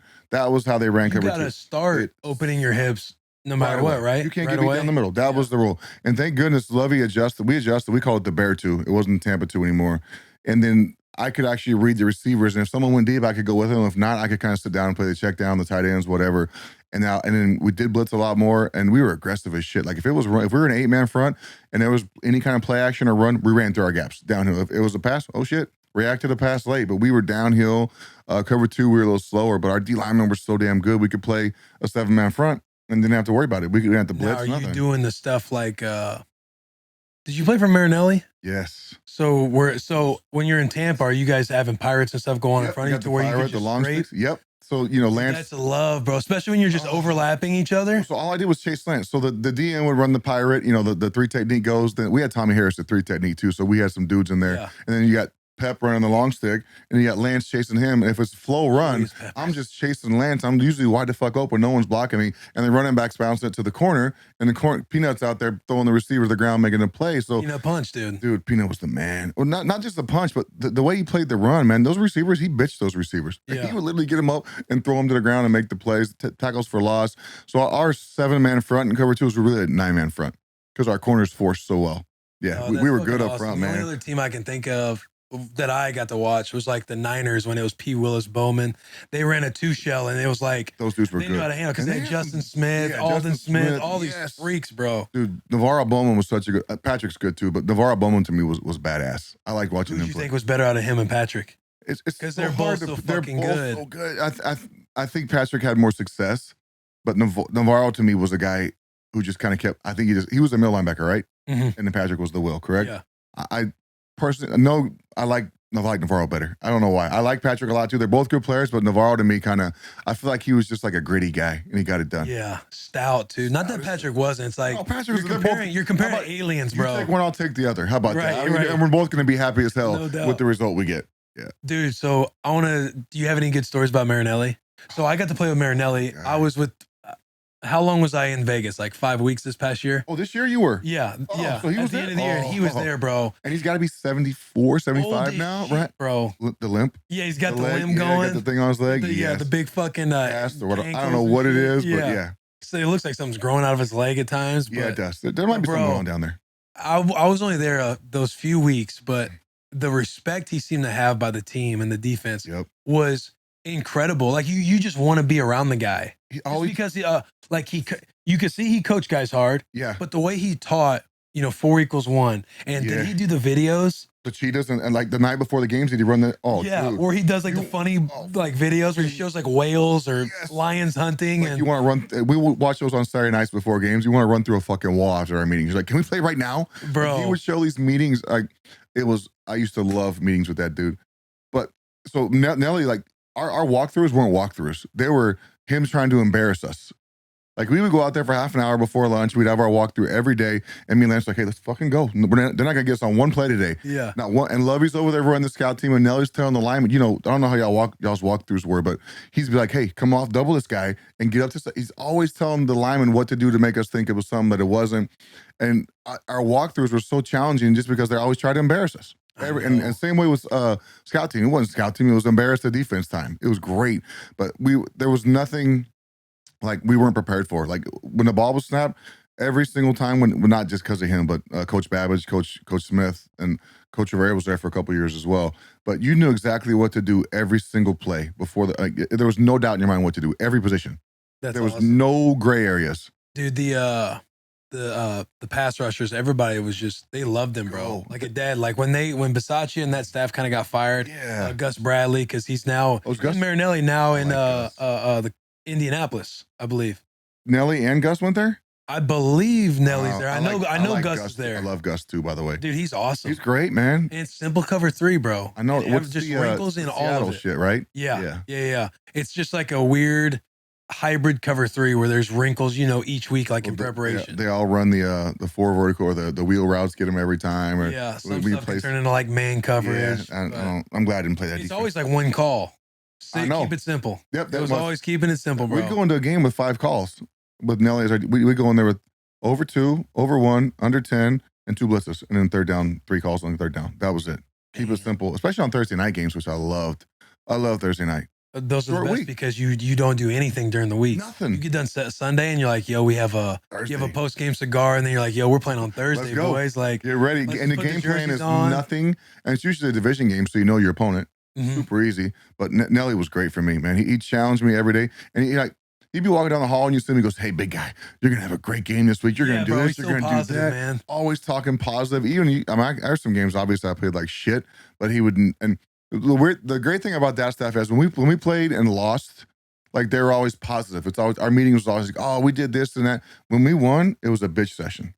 It was like opposite of what it should have been. You think if you play good and you win, like, oh, this is great. When you play good, that's when they come in there and nitpick you. I guess that's the way it probably should, because you're probably thinking your chest is out. Oh, we play good. We're good as shit. But I know what you mean, because there was like an energy about it, like with that staff. Like when you felt like you had a bag in, because we got our ass whipped one game against KC last year. Like just fucking got whooped. You beat him the first time. Yeah, but absolutely murdered by him. Yep. And that next week was kind of like, it's just like a weird, the way they're like coaching you, because it's like you're trying to find some of the positivity. Like it never happened. Yeah, you're trying to find messaging that kind of gets you over it. Because I guess sometimes you have those games, you're just going to shit the bed. Yeah, no sometimes you're going to have the games where you go the other way, but, it happens. And fuck, it happens at every level, right? When you win, they just want to keep your ego in check. That's it. You don't want to beat your back down. Vrabel's the king at that. Mike Vrabel with the Titans. Is he? Oh, bro. Because he played like fucking 14 years. He played forever. He played for a long time. I mean, he played 13? Yeah, but not... so he played for Belichick. That's a little different. Belichick, man. Those coaches that coach with him and the players that played for him, they're different.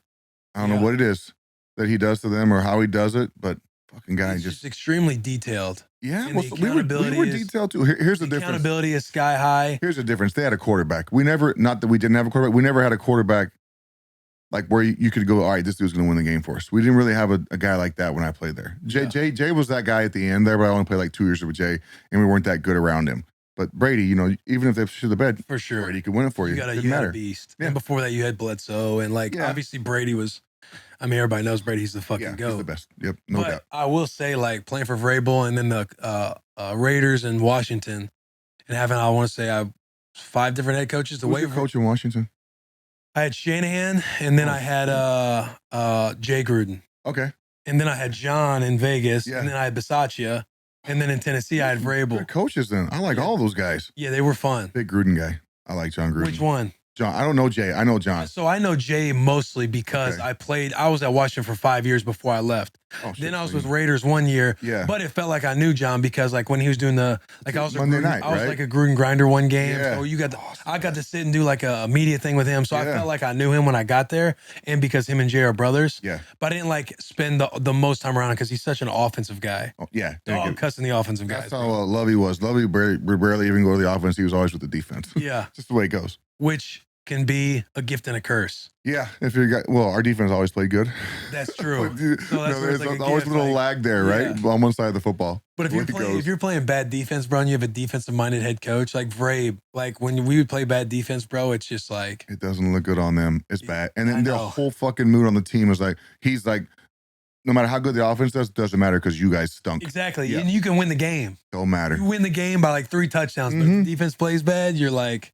We're done. Yeah, it does not matter. Yep. But I do feel like with Vrabel, and I've talked about this before, but the detail that they have with their organization structure and the way they communicate, every day you start off 8 o'clock as a team meeting, and Vrabel's up there for 30 minutes talking about quizzing. He would quiz you on offensive stuff, or he would quiz you on defensive stuff for the other team. Yeah. So you would have to know what the offense needed to know. In front of the whole team. In front of the whole team. You know how your asshole gets tight when you get called on in front of the whole team. Accountability right there. And you can know what the answer is, and you're still thinking I'll just give me a minute. I'm just panicking right now. I know how I feel. Yeah, for sure. Damn. But that's every day.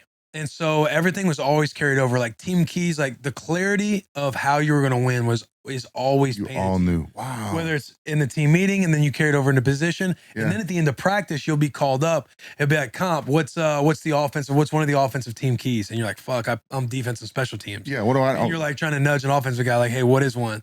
But it's that type of. He wants to know how you all to know how you're going to win the game as a team collectively. Right. Wow, I've never heard of that. That's amazing. And if you're say a defensive lineman, he'll ask you hey, tell me about so and so, the offensive lineman who's going to block you. Tell me about him, and you got to give details. Some bio details. Shit. Where do you go to college at?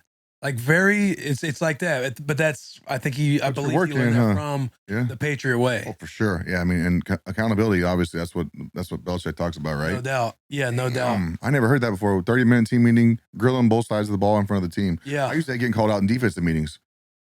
We watched the film after the games, and I'm like, fuck, this is not going to look good for me. Damn, did they put this play in there? Yeah, and I know it's because my coach was a dickhead. I love him to death, Coach Babich, but I know he loves to embarrass me in front of the team, the defense. Yeah. Brian, number 54 on this play. Look at him here, Coach. Coach Brian, show Brian here. I'm like, fuck, that's a loaf. That's a loafer. This is, what kind of tackle is that? It's so embarrassing because, in front of your peers, you do not want to let them down. It's just the worst feeling, man. But everyone in the same room felt the same. In the room felt the same way. Yeah. All of them guys that are on the field, that they're gonna have a play like that in the game. So that's the way I looked at it. Right, no doubt. Sucks though. Don't want to be that guy. Playing early in your career, I've wanted to ask, what was it like playing against Michael Vick? Oh, he was the greatest. I love playing Michael Vick. Man, you guys balled against him though. You held him to 18 yards, and I'm talking you guys. This is prime Michael Vick. I'm talking about Madden 04. I know you're using him on the video game. And he's unstoppable or whatever. We never lost to Michael Vick in my career. We never lost to Michael. I think we were 5-0. We were 3-0 in Atlanta and 2-0 at Philly. But man, I love that dude. There's something about playing against him. Our game plans were always keep him in the box, keep him in the pocket. You can't. He's going to escape, but we could run. We had D linemen that could run. We had linebackers that could run. We had safeties that could run. And we played a net around him. Our D linemen would go up the field, and it's boring as shit because they have to get up there and, they one arm and stop. And they keep your outside arm free so it doesn't go around you. You want them to go up inside to your backers. But we just played well against them. I don't know what it was about it. We got up for those games, and we did really, really well against them.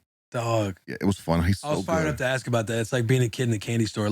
I'm playing all the like when you're going through the NFL, like I came into the league in 13, the year you retired. Yeah. So college, high school, middle school, like when I'm playing, you, Ray Lewis, like you guys are the Yeah. backers. You and Briggs, arguably one of the best duos of all time. Yeah. Like it's like then you're playing against Michael Vick and stuff. It's like prime football fandom for me getting to fucking sit here with Brian Urlacher and asking about these It stories. seems like so long ago too. Like Michael was the man. Like I said, when he got drafted, I was like, oh shit, that's just gonna be a problem. You watch him run around, and then his rookie year, he got in the game against us because Chris Chandler was starting, and then Vick came in. I think we were up like 31-0. We just beat that. We were good. We were 13-3, and then Michael comes in and fumbles on the goal line. The ball bounces right to me. I ran 90 yards for a touchdown, and then later the next year we beat them 14-13. I had 2 sacks up there or down there in Atlanta for fumble. We had good games against them. I don't know what it was.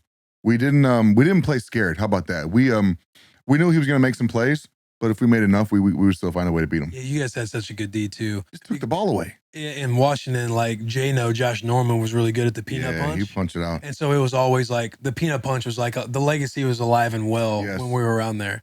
These guys, everyone's doing it now. There's a corner. I don't know who. I was watching the game this year, and it's like they're cognizant. That's and I understand it, but the guys are getting ran over. But that ball comes, you see a dude get hit, he's going backwards. Oh, there's the ball. Yeah. He punches it out. I'm like, damn, Dude, they're running in there. Marlon Humphrey's really fucking good at it. good, He's too. a Baltimore, stud, bro. I like Yes. that guy. There's a lot of great players in the NFL, man. Yeah. It's fun to watch. But a corner will come up, man, and the running back's probably thinking they're going to run him over or something. They start lowering their shoulder and they just pop the ball out, bro. It's crazy. In practice, it'd be funny watching, like during training camp and shit, when we actually got to hit, the receivers would catch the ball and everyone would put 2 hands on the ball. If Peanut was around or if whatever they were doing, it was 2 hands on the ball. I remember Brandon Marshall every time he's like, I'm not going to fumble. He ain't going to make me fumble. Every receiver would put 2 hands on the What was football. it like playing with B. Marsh? Marshall was great. I only played one year with Brandon, but dude, so the thing I remember about Brandon is like practice was started 12:30. Brandon was out there 11:30 catching balls on the judge machine. Really? I don't know what time practice, but he was out there an hour early catching balls on the judge machine. Practice would start. He stretches it, go catch judge. If we were on doing something on defense, he was catching balls on the judge machine. He was always doing something to get better, and I don't think he got enough credit for that. People always talk about he was this. He was a great teammate. I mean, he had his little arguments. We all had spats, whatever, but that dude was a good teammate and he busted his ass. I want to say he had like 10 seasons of over 1,000 yards. Like he's one of those, Yeah. he's not forgotten about, but if you're talking about best wide receivers, like he's somebody you don't think about when he like low key had one of the better careers. Well, because Of I wide think he bounced receivers. around. That's why. He True. went from Denver to Miami and then came Chicago and then he went somewhere else after Chicago, Yeah. right? Somewhere else. But he was a The good team. Jets. Was Yeah, the he's with the There you Jets. go. Yeah, he just kind of bounced around a little bit there later in his career, but man, he was freaking good. And I thought when we got Jay and then we got Brandon, I was like, oh shit, here we go. Our offense is going to be great. Yeah. And they were good, but we weren't as good on defense that year. What was it? And by the way, Brandon Marshall is crushing it with I Am Athlete, the brand that he has. So he does. I heard about they have a podcast as well, They have right? a podcast Yeah, as well. yeah. Very like high end, well done. Like they He's crush a it over there. smart dude, man. Yeah, he's a big Brandon- business guy. Yeah, is he good? I like him, man. He was a good teammate. I enjoyed my time with What was it Brandon. like playing with Jay? You know, Jay's in Nashville now. Yeah, I heard. Yeah, Yeah. I've heard Jay's down here. I've heard different stories. He was good. I was so excited when we got him, man. We traded 2 first-round draft picks for him and our quarterback Kyle Orton for him in 2000, which I was pissed about because I love KO. Really? KO was my guy, man. That dude was great. He was a good quarterback.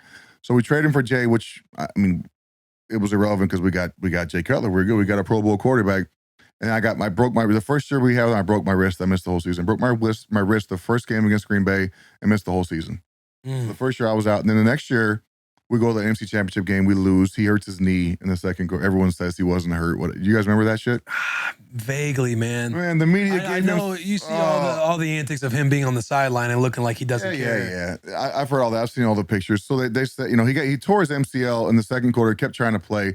The media said he just copped out because we were getting beat. Whatever. What do you think? Fuck no, he was tough. Jay was tough. I don't What do care you what anyone think, says, man. That dude, he dislocated his thumb the next year and played the rest of the game. Yeah. Don't tell me he's a bitch. He ain't no bitch. So the dude played the rest as long as he could, but he was hurting our team by being in there because he couldn't throw. He couldn't step into a throw with a torn MCL. Right, because he had the cannon on him. Yeah, dude. Oh, you think? So you talk about a guy that can make any throw? That's the guy right there. But I'd practice. I'd be like, holy shit. How is he getting these balls in here? It was unbelievable to watch him throw the football. But we just couldn't get it all together. I don't know what it was. We just couldn't figure it out. Those couple of years we had him. Because there was a time where you had mentioned to the media that you feel like you guys lost your identity running the ball, playing good defense because you guys were growing into more of like a pass happy team. And I think that's when the league may have started evolving towards that as well. But man, when we ran the ball, we were really, really good. There's a lot of years there. We were top 5 in the NFL in rushing, and it helped our defense too, man. We were on the sideline. You know, you run it 3 times in a row, you get a first down, we're resting. And there was some times there where you give them a short field, you turn it over in some bad spots. It hurts your team. So not that Jay did that, but it's going to happen with every team. Right. But you look at Tennessee right now. You run the football, good things happen. Play action, Play good defense. play good defense. Yeah. Because I feel like if you play good, or if you run the football, you're going to be fresh on defense. It goes hand in hand. Yeah, And it opens up everything. Under Lover, we always ran the ball. We always played good defense. Yeah, the Titans, man, the running game, screen game, play action game. And they got rid of that AJ Brown. I could not believe that trade. I don't watch the draft or any of that shit, but I saw a thing. I was like, they just traded AJ Brown. Their hand was kind of forced, I feel like. By him. I mean, think about how much business goes on in the NFL. For sure. Yep, no doubt. If you're like, one, if you have the opportunity to get paid, you want to get paid. Yes. Now, however, the cap, however the owner wants to have cash-friendly money, you got another year on your contract. If a player doesn't want to be there bad enough, it's gonna be hard to find the happy medium if they're wanting big dollars. Yes, which he got. So, and I know that they loved AJ. I know AJ loved playing here, but it seemed like there was probably a discrepancy in what the asking price was because who paid old buddy down in what was it, Miami? Somebody signed somebody from the Cardinals. Hill. That's right. Oh, he got paid. And that opened up the entire wide receiver market. So guys are like, he was their third guy too. He was their third guy in Arizona, right? Yeah. It was D-Hop, and then it was they had another good receiver. Maybe it was a second. Yeah, Fitz was there, but this is Larry. You're right. AJ Green, but I don't know if AJ Green was the actual 2. Yeah, so they had some dudes because we live in Arizona, so we see all their games on TV. Yeah. Not that they're the first ones I look for, but yeah, and he did get paid a shit ton of money. Good for him. So that opened up the entire market. So when all this stuff is going on, AJ sat out, was sitting out of OTAs. Apparently there was back and forth in the negotiations to where it's like, damn, if you're going to hold out potentially in training camp or the season, that can really like knowing Vrave, knowing that culture, like if you're going to disrupt that, like, damn, we got to make a decision now. Yeah. So you kind of like had to cut your losses, try to get something from it. Get it. Yeah. And they run the ball. So, True. I like Tannehill too. I think he's a good quarterback. Yeah. Took a lot of heat, man. He took a lot of heat, man. The Bengals game, that was it. Fucking Joe Burrow's good, man. Joe Burrow's a stud. Good, man. They got an offense too. Like you got Joe Burrow on their rookie deal, and you could just build around him. You got to do it because you got to all your pay the linemen. Yep. Like that if they don't keep him upright, it's not going to be pretty. Right. Because that dude gets hit a lot. But if Jamar Chase, you're right, bro. Dude is unbelievable. And you look at that's the same thing Kansas City did. They got Mahomes. Yeah. And they got they're really good on his rookie deal, and then they pay him and. You can't pay some other places. I know, yeah. That's the way it goes. That's just. And they lose Cheetah to Miami. I could not believe that trade either. Dude, the NFL can get wild at times with the drama. I don't get it. You stayed all 13 years in Chicago. Yes. Now, is that something that you wanted to do the entire time? I feel like there's got to be some good give and take there. I was never a free agent. I never got close to being a free agent. So they redid my rookie deal with 2 years left on it. They gave me a 9-year extension, which was. Whoa, hang on. Back then. 2 years left on your deal and they gave you a 9-year extension? Yeah. What the fuck? It's actually 7 years because I had to play the last 2 years, but it was actually 7 years, but they called it 9 years because it was redo, blah, blah, blah. It was dumb for me to sign it, but it was, it was a lot of money up front. Back then, I matched the highest paid middle linebacker, which was good. And then I got a 1-year extension after 5 years into that deal. I got a 1-year extension after that as well. 5 years into that 7-year extension, that was like 9 years you had to play. Yes. 5 years into that one, they gave you another extension for one more year. 1 year. It ended up being 1 year, $18 million added on to the end of my contract with a bonus then, and then kick it in at the end as well. So I played all 13 years. I was a free agent at the very end when they fired Lovie, and then we couldn't figure out a deal for me to go back, which probably was better anyway because I didn't want to play for anyone but Lovie. So it worked out perfect. But did you want to stay in Chicago? Did you want something to work out there? If Lovie was there, hell yeah. Like at that moment when you were becoming a free agent, because you're obviously on the back end of your career. Like you played 13 years. I was done. Dude, my knee was shit. You feel like you want to be done playing. There's a part of you that's like, man, like I don't want to be bored. Like the camaraderie, like you're around the same guys all the time. Yes. Like, was there a part of you that was pissed off because you guys couldn't reach something? Yes. And then a part of me that was happy as well. Right. Because now that you're removed, you look back, you're like, it was the right move. Best thing that could happen in that moment, I'm sure that there was like, I was somebody like, why can't, I think you're probably like, yo, I am Chicago. no, I wasn't like that. I didn't like the way they handled it. They fired our GM the year before. And I don't see how the fuck you fire Lovie after you go 10-6. You fire Lovie, we go 10-6. We didn't make the playoffs. We got Minnesota decides to beat Green Bay on the last game of the year, and they haven't beat Green Bay in like 5 years. They beat Green Bay, knocked us out of the playoffs. And then they fired Lovie, and I was like, what the fuck are y'all doing? I couldn't. And then they didn't win 10 games like the next 7 years. Anyway, after Lovie left, they had a hard time winning games. With like you're like happy and also like you want him to do well, but like it's just like, why fire the guy? I mean, he didn't. I know why they fired him, because the new GM was a weirdo and he didn't like winning, so he fired Lovie. Now is the new GM that came in the guy that you guys had to negotiate with? Yeah, it was Phil Emery, a guy I never heard of before when they hired him. They fired Jerry Angelo, who was a great GM. Jerry was there for my whole career. My first year he wasn't there, then I hired him. He was there until 2011, then they fired him for some reason. So they fired him and Lovie? No, they fired Jerry first, and then they hired the new guy. You know what? The GM now and the head coach are all married for some reason, but they fired Jerry, then hired the Emery guy, and Emery fired Lovie the next year and hired Mark Trestman. You ever heard that name? Mark Trestman. Yeah, I feel like I've heard Canadian. of Trestman. He's from the Canadian League. Okay. He did coach in the NFL, but they got him from Canada. So essentially, like if you guys didn't go deep into the playoffs, they were going to let go of Lovie because he. What was that? Did you say Emery? Yeah, that's right. He wanted probably his guys. He wanted his guy, and his guy lasted a whole 2 years. Yeah, it's terrible. I mean, it's frustrating because obviously I love that franchise, so it's frustrating to see the direction it went after they fired Lovie. Where's your relationship at with the organization now? We're good. I don't really get back there much, honestly. I don't.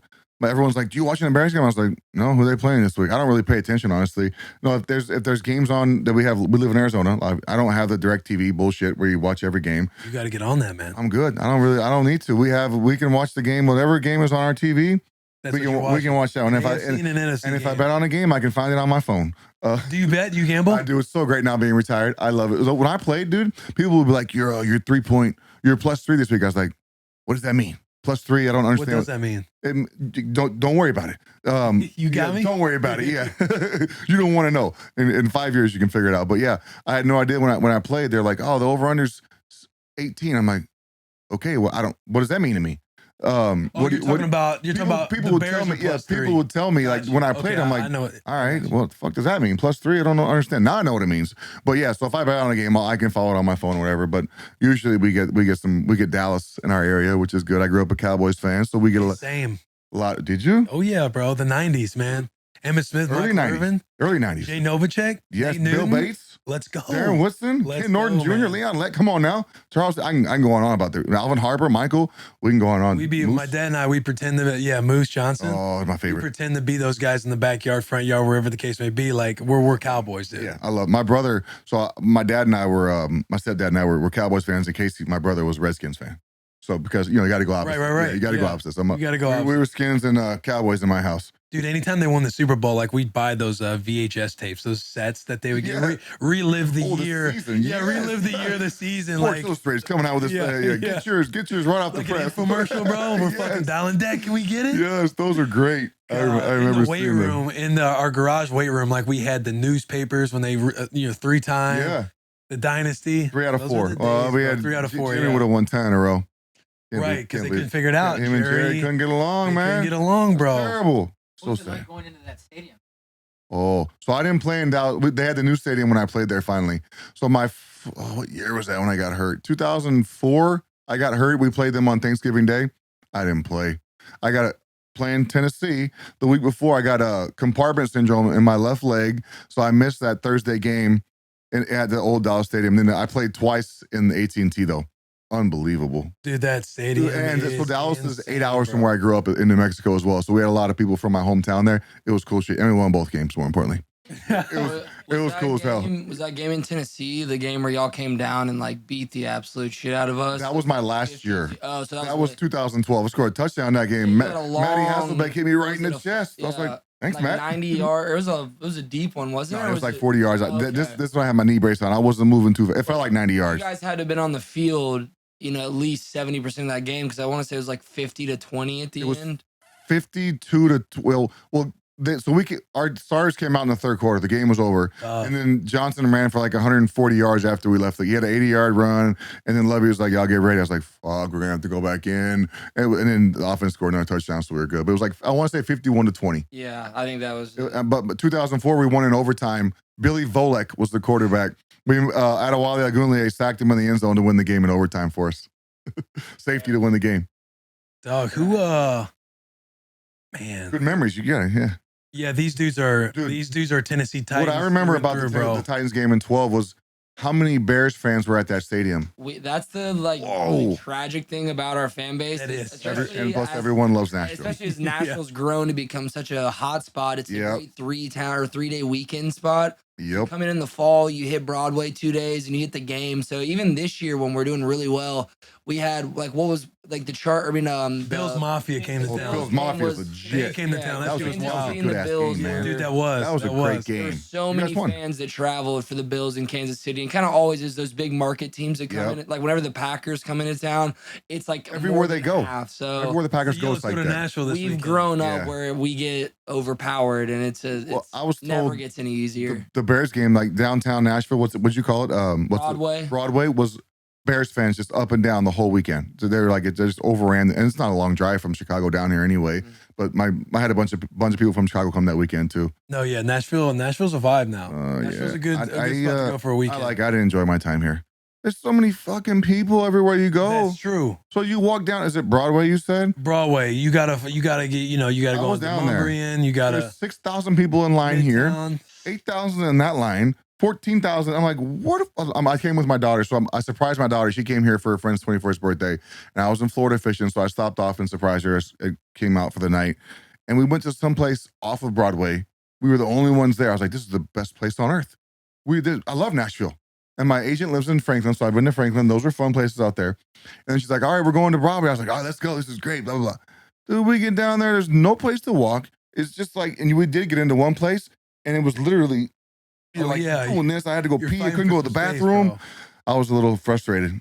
So I'm not a big Broadway guy. It just depends. Like if you're about it that night, like if you're like, kind of like, let's fucking go to Broadway. Yeah. If you get the right person, people to get in you these gotta know some people. Yeah. If you went down to Broadway, all you got to do is just name drop, show your Wikipedia page to someone, and you're getting. You need a Jack next to you. You need a Jack. We went down to Broadway last. I need a hype man, Jack. We went to Broadway last weekend, and Will didn't have his ID, so I just pull up his Wikipedia page. My Wikipedia. And showed the guy, and I was like, "Listen, he's 30." Man. Yeah. And they were like, "All right," and he was go. Skip the line. You need a Jack with you. I need a hype man. Yeah, you need a hype man. Plus, there were 17 of us that night. I'm available. There were 17 of us. That makes it tough, too. No chance. These lines are literally like. So I was like, Pamela, we are not getting in anywhere. Yeah, I'm not used to waiting in line either. I'm used to going like, hey, we're here. Like, oh yeah, come on in. Oh, there he is. There's the man. No. We usually call ahead and be like, hey, we're gonna come. If we can rent a table or whatever. Listen, we're not used to going in there and waiting, so it was stressful. Man, I'm trying to think. Oh, your tattoo. When did you get that tattoo? Is that the Bill Goldberg era? Oh, dude. I was 18, man. You know what I'm saying? That's the fucking Bill Goldberg is the man. Love that dude. Is that why you got the tattoo? But that's not why I got my tattoo. I was 18. It was my freshman year. I just finished my freshman year. And I was like, I gained 30 pounds that we talked about. I was like, I'm going to get a tattoo. So I went down there and I got this thing and it didn't get finished. And look, I used to be bigger back, by the way, too. I haven't touched a weight in like 3 years. Dude, I was listening. Shout out to Pat McAfee show because I was listening to it. And you just talk about doing biking, however much a week or a month or whatever. I'm trying to get 500 miles a month. That's my goal this year. Are you like a David Goggins guy? I don't know what that means. Do you know who David Goggins is? No. Should I? Come on, bro. Yes. What does he do? What's David Goggins? Come on. Is he a biker? No, he runs a shitload. How many miles does he run? I don't do that running shit. He's like an ultra. No, but he's just fucking like what was he, a Navy SEAL? Yeah, he was a Navy SEAL. I like him already then. Oh, this him? Went through 3 hell weeks in 1 year. Oh, shit. And he's like, you would love following him, just any of his videos. Is he on InstaFace? Yeah. I'll follow him then. He'll cuss you the fuck out, dude. You just go to YouTube. He's all about it. Oh, he does the training stuff. Yeah, he runs. He did like a 100-mile 62-pack. He did like a 100-mile marathon thing, 100-mile whatever the fuck it's called. Like, and he did it on broken By the way, feet. Taylor Heineke was great. Dog, wasn't he? Y'all were great with that. No, he was I like fun, that guy, bro. man. He's funny. He is. He's still their quarterback, right? He's humble too. He's he's two now. Who's the one? Wentz. Carson Wentz. Wentz? Yeah, bro. It was a trade, right? Yeah. Who's playing for Indy? Or a free agent. Who's playing for Atlanta? Marcus Mariota. Oh shit! I forgot about all that You trading don't stuff. catch up with any ball, Well, dude. it just happened like 3. I mean, you know, I don't really get. You I just don't like watching good ball. You Yeah, just I like really appreciating damn, good ball. Oh, this next year would have been fun if I didn't know any of that. Then I've been Yeah, watching. bro. Like, who's this guy? Who's Carson that guy? Wentz, they pay Carson Wentz what, Wentz is $30 with the million? Redskins now. Yeah. Unbelievable.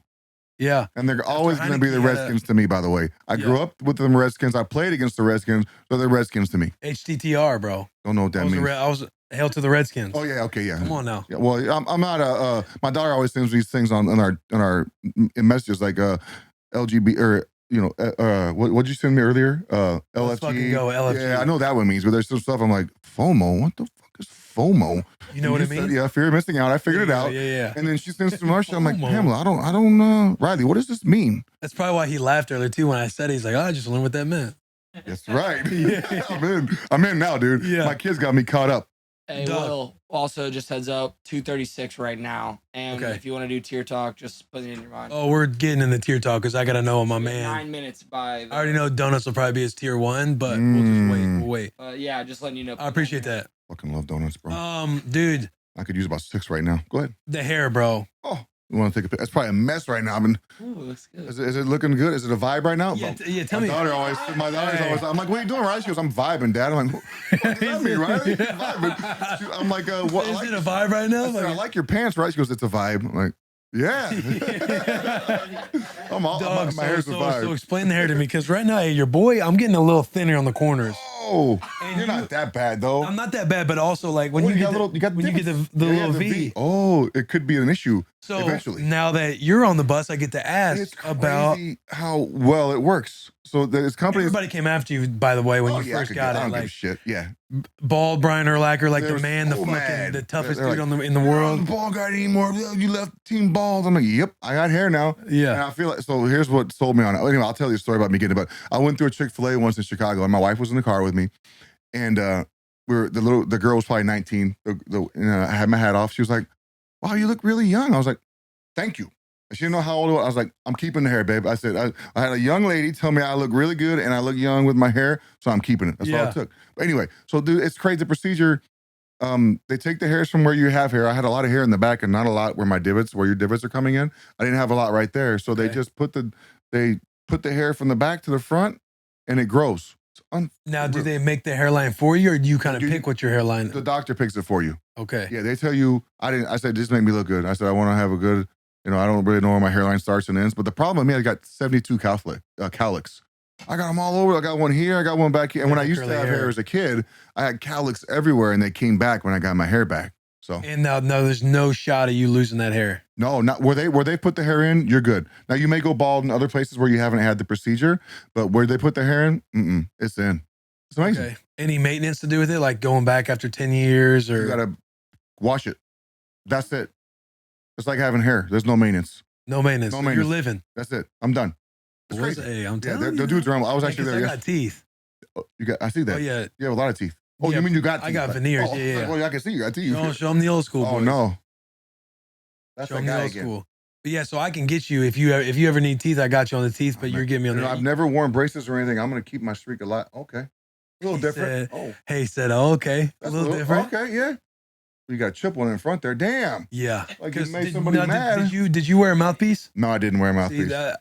But mine would get chipped like as I'm playing, for whatever reason. I don't know. Your mouthpiece would?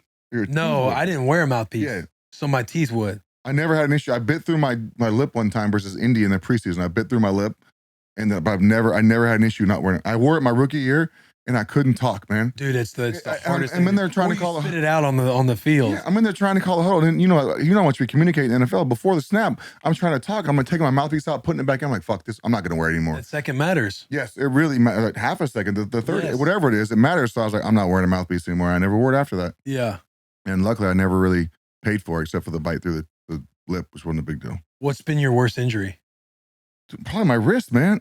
So I have the nice scar from. I dislocated my wrist in 2009. I missed 15 and a half games because of it. Really? I was in a fucking cast up to here for 3 months. It was called a lunate dislocation. Now as far as I can bend my wrist. I had the oh, that's brutal. yeah, I had the what I call it, compartment syndrome in my leg in 2004, but I only missed one game because of that. Hamstring, dude. The same year I did the compartment, I pulled my hamstring 3 different times. Yeah, that sucks. Pulled it on the first day of training camp, the 3rd game of the year, the 8th game of the year, and I pulled it my last game of the year, which was at Jacksonville. Now, have you had any neck or head injuries? I had neck surgery in the off season of 2008, but nothing that caused me to miss time. I just Do you feel anything from that? My from neck? having that neck injury? No, I was losing strength in my left arm when I got it done. I fell asleep on the plane from the Bahamas home in the off season, and I woke up. I was like, "Oh, my arm just asleep." And about 2 days later, it was still asleep. So I went and got the Jesus. I went and got the MRI and shit. And the guy was like, "Yeah, you've got a nerve or a bone on the nerve or something like that." And they shaved it off, and it was good. You ever worry about that stuff? No, I don't. I'm sure people ask you that all the time because you're like a 13-year middle linebacker. I feel like I'm decently sharp still. There's some things I forget, but my friends forget shit too. Oh yeah, everybody. We're dudes. We forget things, but I feel like I'm still doing pretty well. There are some guys I play with who claim to. I don't know. Here's the problem now with all the guys with the seat. If they do have it, I feel for them. But there's guys who say they have it just so they can be in the fucking lawsuit. They want that money from the NFL, and I get it, man. Everyone wants to get their due, but there's really guys that have it that deserve to be taken care of, and there's the guys that don't have it who want to have it just so they can get part of that lawsuit. And it just drives me crazy. Right. I'm sure it's a thing. I feel like I'm pretty good right now.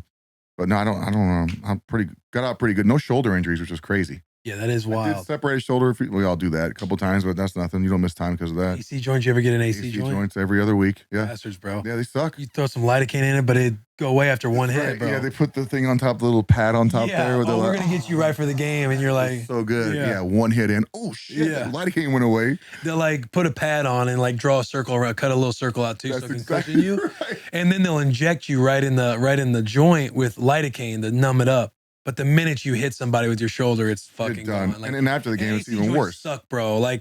They're just annoying. Doing anything affects them. Lifting, moving around, sleeping is the worst. Right. Yeah. Because technically you can still play on it. And if you're not playing on an AC, you're kind of looked at as like a bitch. He's not playing. So it's you are a bitch if you don't play with an AC. Yeah, you're Unless you're a quarterback. Now, if your left arm is a quarterback, no problem. Right arm, I get it. But if you don't play with an AC joint, you're a bitch. Right. You're looked at. Yeah. If you're not playing. You are.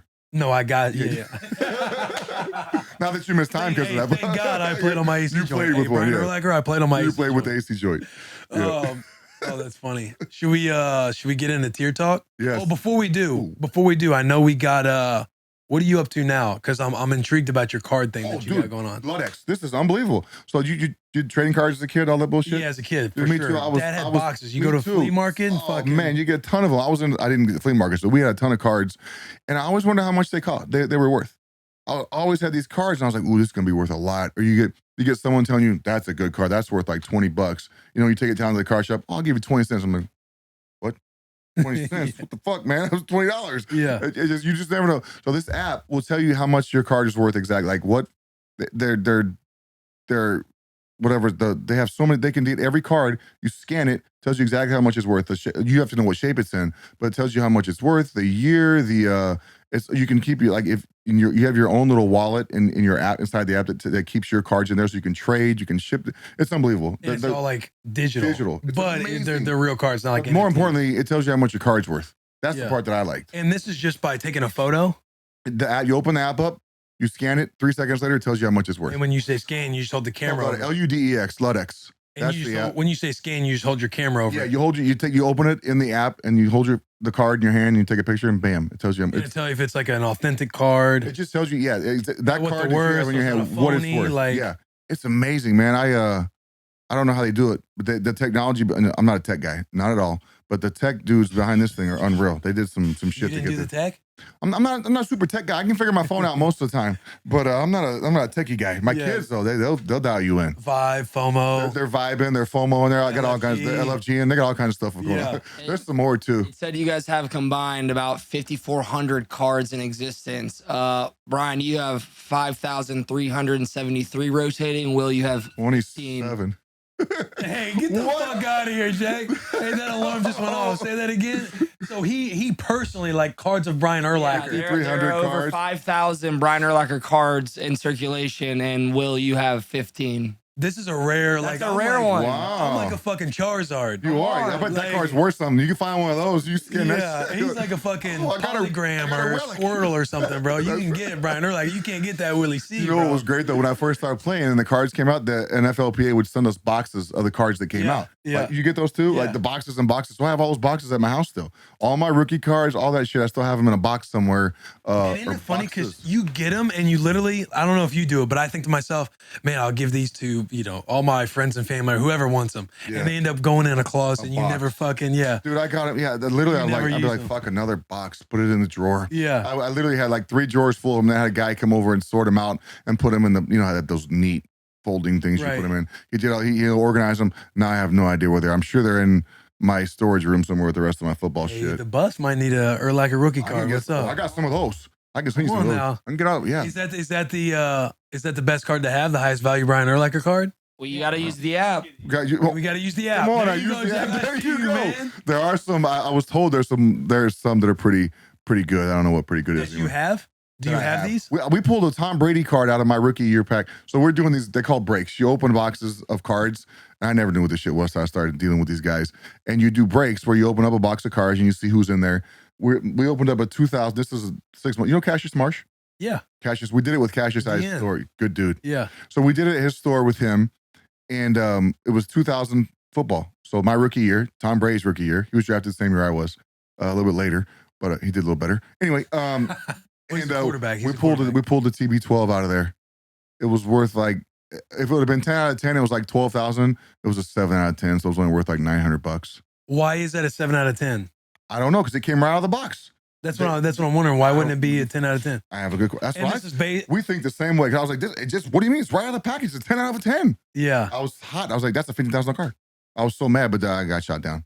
They're like, no, it's a 7 because of this and that. They send them out and they get them judged by some company and they send them back to you and tell you how much it's worth. Got you. Weird. Fucking companies, dude. Dudes who Yeah. don't play football. Yeah, that's right. You They know, should. I know what a it's like the Hall of Fame. card's worth. Yeah, it's like the Hall of Fame. Yeah. By the way, Oh, you're big on trying to get Zach Thomas in. I shouldn't have to get Zach Thomas in. He should be in the fucking Hall of Fame already. He should have been in really does. 5 years ago. Do you have any clue how the Hall of Fame works since you're in it? What do you want? Like how they vote? Yeah. Yeah, I know how they vote. The fucking guys who never played the game vote. It's the sports writers. It's the media guys. There's like the same way with baseball and basketball. So all these sports guys, the writers, Getting all and pro. media guys. Yeah, same way as all pro. The players, the shit that means the most to me is stuff my teammates voted on. Right. Not the stuff the media voted on. I'm a huge fan of the fans, but the stuff they vote on and stuff the media votes on, I don't give a shit. I want something that my teammates voted on or my peers voted on. Right. That's all I care about. But the all pro and all stuff, that's all media driven. I don't get that.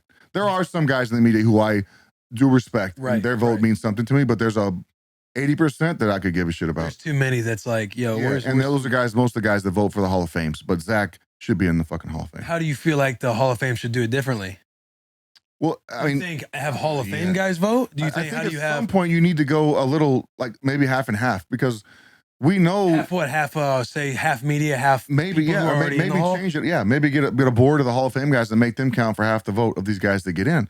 I don't know. They got to do something, man, because there's guys, a few years ago, they had like the 100th year of the NFL. Is that right? The 100-year anniversary of the NFL. And they had like 15 guys get inducted to the Hall of Fame. They inducted 15 guys just because it was the 100th year. Well, they may not have met the stipulations, that the requirements to get in, but they got inducted because it was the 100th year.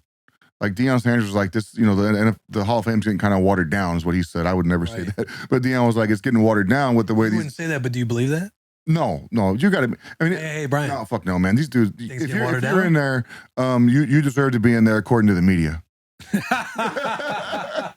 Hey, Will, correct me if I'm wrong, though. Is Brian the first Hall of Famer we've ever had on the bus?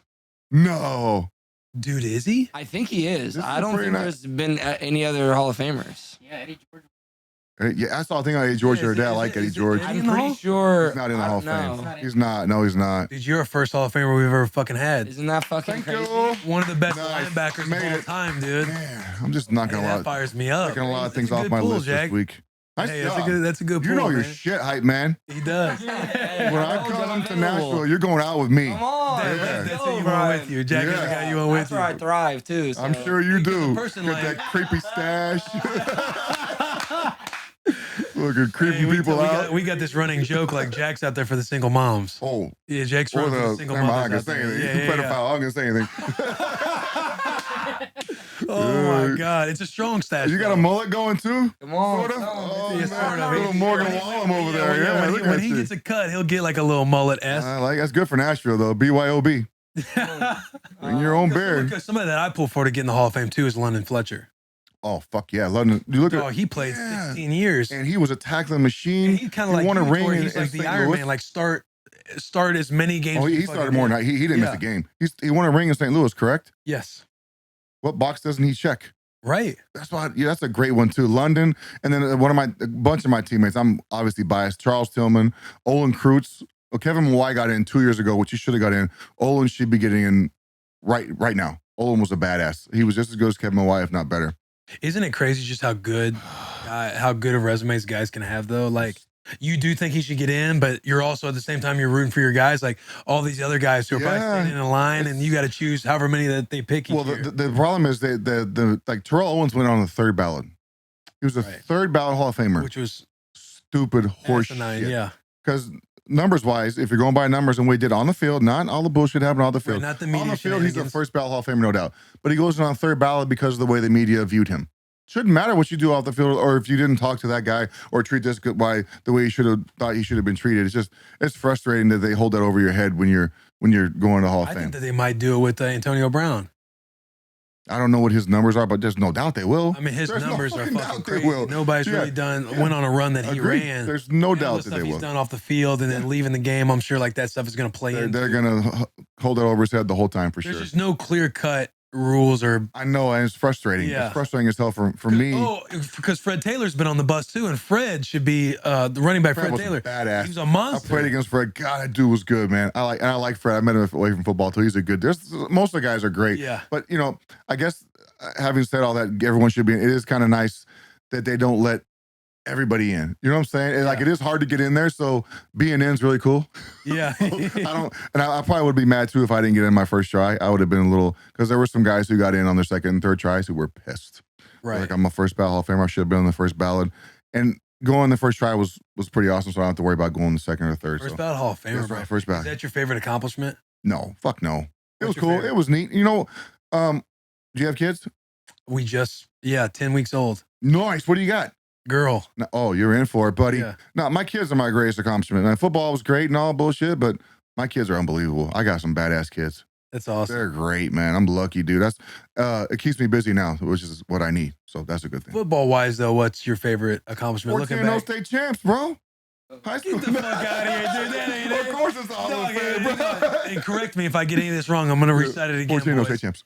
Defensive Rookie of the Year, Mm-hmm. Defensive Player of the Year in 05, 4-time first team All Pro, 1-time second team All Pro, Yeah. 8-time Pro Bowler, Yeah. top 100 greatest Bears ever play. 100. Wow. That's Dude. good. No, top 100, I think, players. No. I think it was Bears. It's Bears. He's right. But that's But like, I was up obviously, there, yeah. obviously he's up there, but Yeah. you're still in that. Like Yes, you're correct. in the same The Bears. conversation as fucking Walter Payton, bro. That's Yes. right. Yes, the best And ever. then fucking 2000s All Decade Team. That was cool too. I like that one too, because there's some badass players in the 2000s, dude. Yeah. There's Zach was in there, Ray was in there, Derek Brooks is in there, all those guys. Ooh, that's a fucking. Lance is that's in a- there. Yeah. That's some good linebackers in that class. There, Sayao, Now, would you pick the Decade Team over Hall of Fame. Nah, I still take the Hall of Fame. Yeah, that I gold like that, jacket. I like that gold jacket. Yeah, it's pretty cool to be able to put that thing on. You got a nice bust. Did they do you right? Yeah, the guy did a good job. I was bald in it. Yeah. And then they gave us a replica. Why do you got a nice fucking bust back Bust? there, dude? Yeah, big bust. Big bust. Yeah. But yeah, the guy did a good job. He did a really good job on it for me. It's hard to make me look That's good, awesome, but he did dude. it. Well, let's do this tier talk. All right, What do you got, Garrett? let's hear it. Yeah. Do your thing, bro. I'm thirsty too. What was it like watching Devin Hester run back the opening Oh, that's a kick good in the question. Super Bowl? That Devin dude, Hester, bro. Dude, I'm like, I'm first of all, I was shocked they kicked it to him. Because everyone talks about not kicking to Devin. We're not kicking to Devin. But they kicked it to him, and fucker ran it back. And you can see me on the side. He gets to the 40. I'm like, yeah, I'm going crazy. And then not only that, we get the next series, we get a pick on third down on Peyton. Chris Harris picks him off on the sideline. So we're up 7-0 with the football. And then it all went to shit after that. But yeah, watching him run that back in the rain. But we watched it all year long.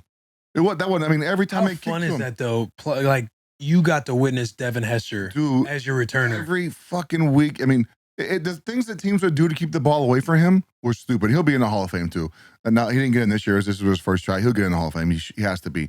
But the things that he did to change the punt return game and the kick return game were stupid, and they'll obviously never be matched because you can't return kicks anymore. You got any good Devin Hester stories? It's not good for Devin, but I got a good story. Are you allowed to tell it? Yeah, we were practicing when this is the year he went to receiver, probably the year after his rookie year, and Peanut was matched up on him one day, and all I hear, the play happens, and all I hear is, be still, be still. I'm like, what the fuck? Peanut's got Devin pinned to the ground, and he's like, be still, I'll let you up. Be still, I'll let you up. I guess they were fighting or some shit, and Peanut slammed him and starts holding him down. He's like, be still, be still. I'll never forget. I was like, what the fuck is that noise? What is he yelling at?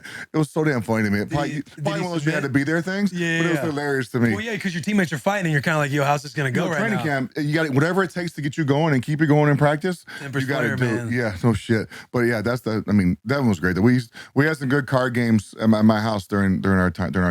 Yeah, we had gambler. some good card games. Before I ask this, book your Uber so that way yeah. whenever it's sitting here, we'll use up the few minutes, like but that's why it's ready to go. I'm sure I'm gonna be. You'll like this tier talk. Obviously, we'll have to run through it. But so what time is 2:56? Uber. That's a great question. I couldn't wait to just ask about Vick, bro. Like you're playing against fucking Mike Vick. Vick's the man, dude. You're playing against a lot of these dudes, bro. Like that was a running back era too. You know what I mean? Like Terrell Davis.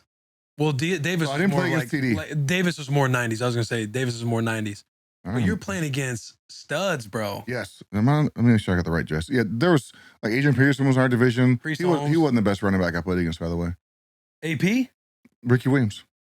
Really? Ricky Williams is a bad motherfucker, dude. 5'10". Did you get it booked? 240. Yeah, I think I got it booked. So I'm not good. Like I said. 2405 Klein. Yeah, you're good. You're good. Yes. So you're saying Ricky Williams was harder to play against than AP was good, but I could tackle AP because once I got to him, I could get him on the ground. Ricky Williams was 240, 5'10". I couldn't get under Ricky. Like his helmet hit me right here every time I fucking tried to tackle him. It was annoying as hell, and he was fast as hell. AP was great though, but there's so many good players back. I did play against Priest Holmes that one year. He set the record against us that year in 03, I think it was. That was Dick Duran's last game as our head coach. Johnson after Priest Holmes, I played against Larry at Soldier Field. They beat us on a Hail Mary that game. Good memory. Great memory. CTE, bro. No, not yet. Not yet, bro. I'm only 44 though. Was there anybody? Obviously, you didn't fear playing against anybody, but is there anybody you're like, fuck, like? Dude, Larry Allen, motherfucker. Running back or just any position? Any position. Larry Allen, dude. So I grew up a Cowboys fan, so Larry Allen was with the Cowboys. Yeah. And then Larry was at San Fran when we played him in 05, I think, or 06. That motherfucker's so big and strong. Like, he was a guy, or Leonard Davis. Remember Leonard Davis, left tackle for, came out of Tech, he's number 2 pick in the draft. Leonard's 6'8", 350. He literally, Mike Brown blitzed. He literally stuck his arm out, picked Mike Brown up by his neck, and slammed him and didn't move. I was like, whoa. So this is the linemen, the running backs and other guys I don't worry about, but the linemen were numbers, huh? Yeah, they're just badass. Yeah, you go numbers. Like running backs and stuff like that. You gotta prepare for what you can. Like you're kind of like if you might find one in space, it may be able to come to your mind, but usually when you're preparing, you're like not really. And if I got in space, I was like, okay, where the fuck is somebody? Where is my help gonna be if I miss this tackle? Oh, dude, you know how it is. You guys like, oh shit. Coming from depth, you see somebody get like they just drop it to a back. Like I gotta get to him first. You're like, fuck, this gonna be no field tackle. I better not miss it. It's so hard. Yeah, I've been there too. The check down. Like, oh, don't dive off the diving board. Don't leave your feet. And it's like, bro, it's fucking hard trying to get this motherfucker down. The problem is you just wait as long as you can until they decide. Then if they run you over, guess what? I made the tackle. I tell my son, I said, whatever you got to do to get him on the ground, do that. Not every tackle is going to be a great hit. Get him on the fucking ground. That's all that matters. A good tackle to me is one that ends in you tackling the guy. Right. That's a good tackle to me. Right. I hope you guys are enjoying this episode as much as I did. But we interrupt to shout out the boys at Duke Cannon. Duke Cannon deodorant is made for guys who run hot. The boys specifically, I sweat all the fucking time, boys. Again, I sweat all the fucking time. And knowing that, when Duke Cannon wanted to sponsor the boys and they sent all of their products over because they have a lot, and there's a couple that I'm going to talk about, but specifically their dry ice deodorant. You put it on, they got, what is it, menthol? Somebody corrected me and said it's not methanol, it's menthol. But the menthol ingredient they have in there with the mint, whatever it is, it's vibrant, it's freeing. It's like an AC unit is under your armpits all day long. And I am not shitting you that is the truth. It feels good. You perform well. You feel more confident that you're not going to sweat. And a byproduct of that is you just probably stop sweating. Like I just feel confidence now because I know I'm not going to pit out in all the shirts that I wear. Another product that I absolutely love, I'm going to say 2. The Big Ass Brick of Soap and their cologne, because it's the same scent. It's that sandalwood. It's sandalwood, right? It's that sandalwood. It's in a clear cologne, or not a cream colored cologne, little spritzer spray.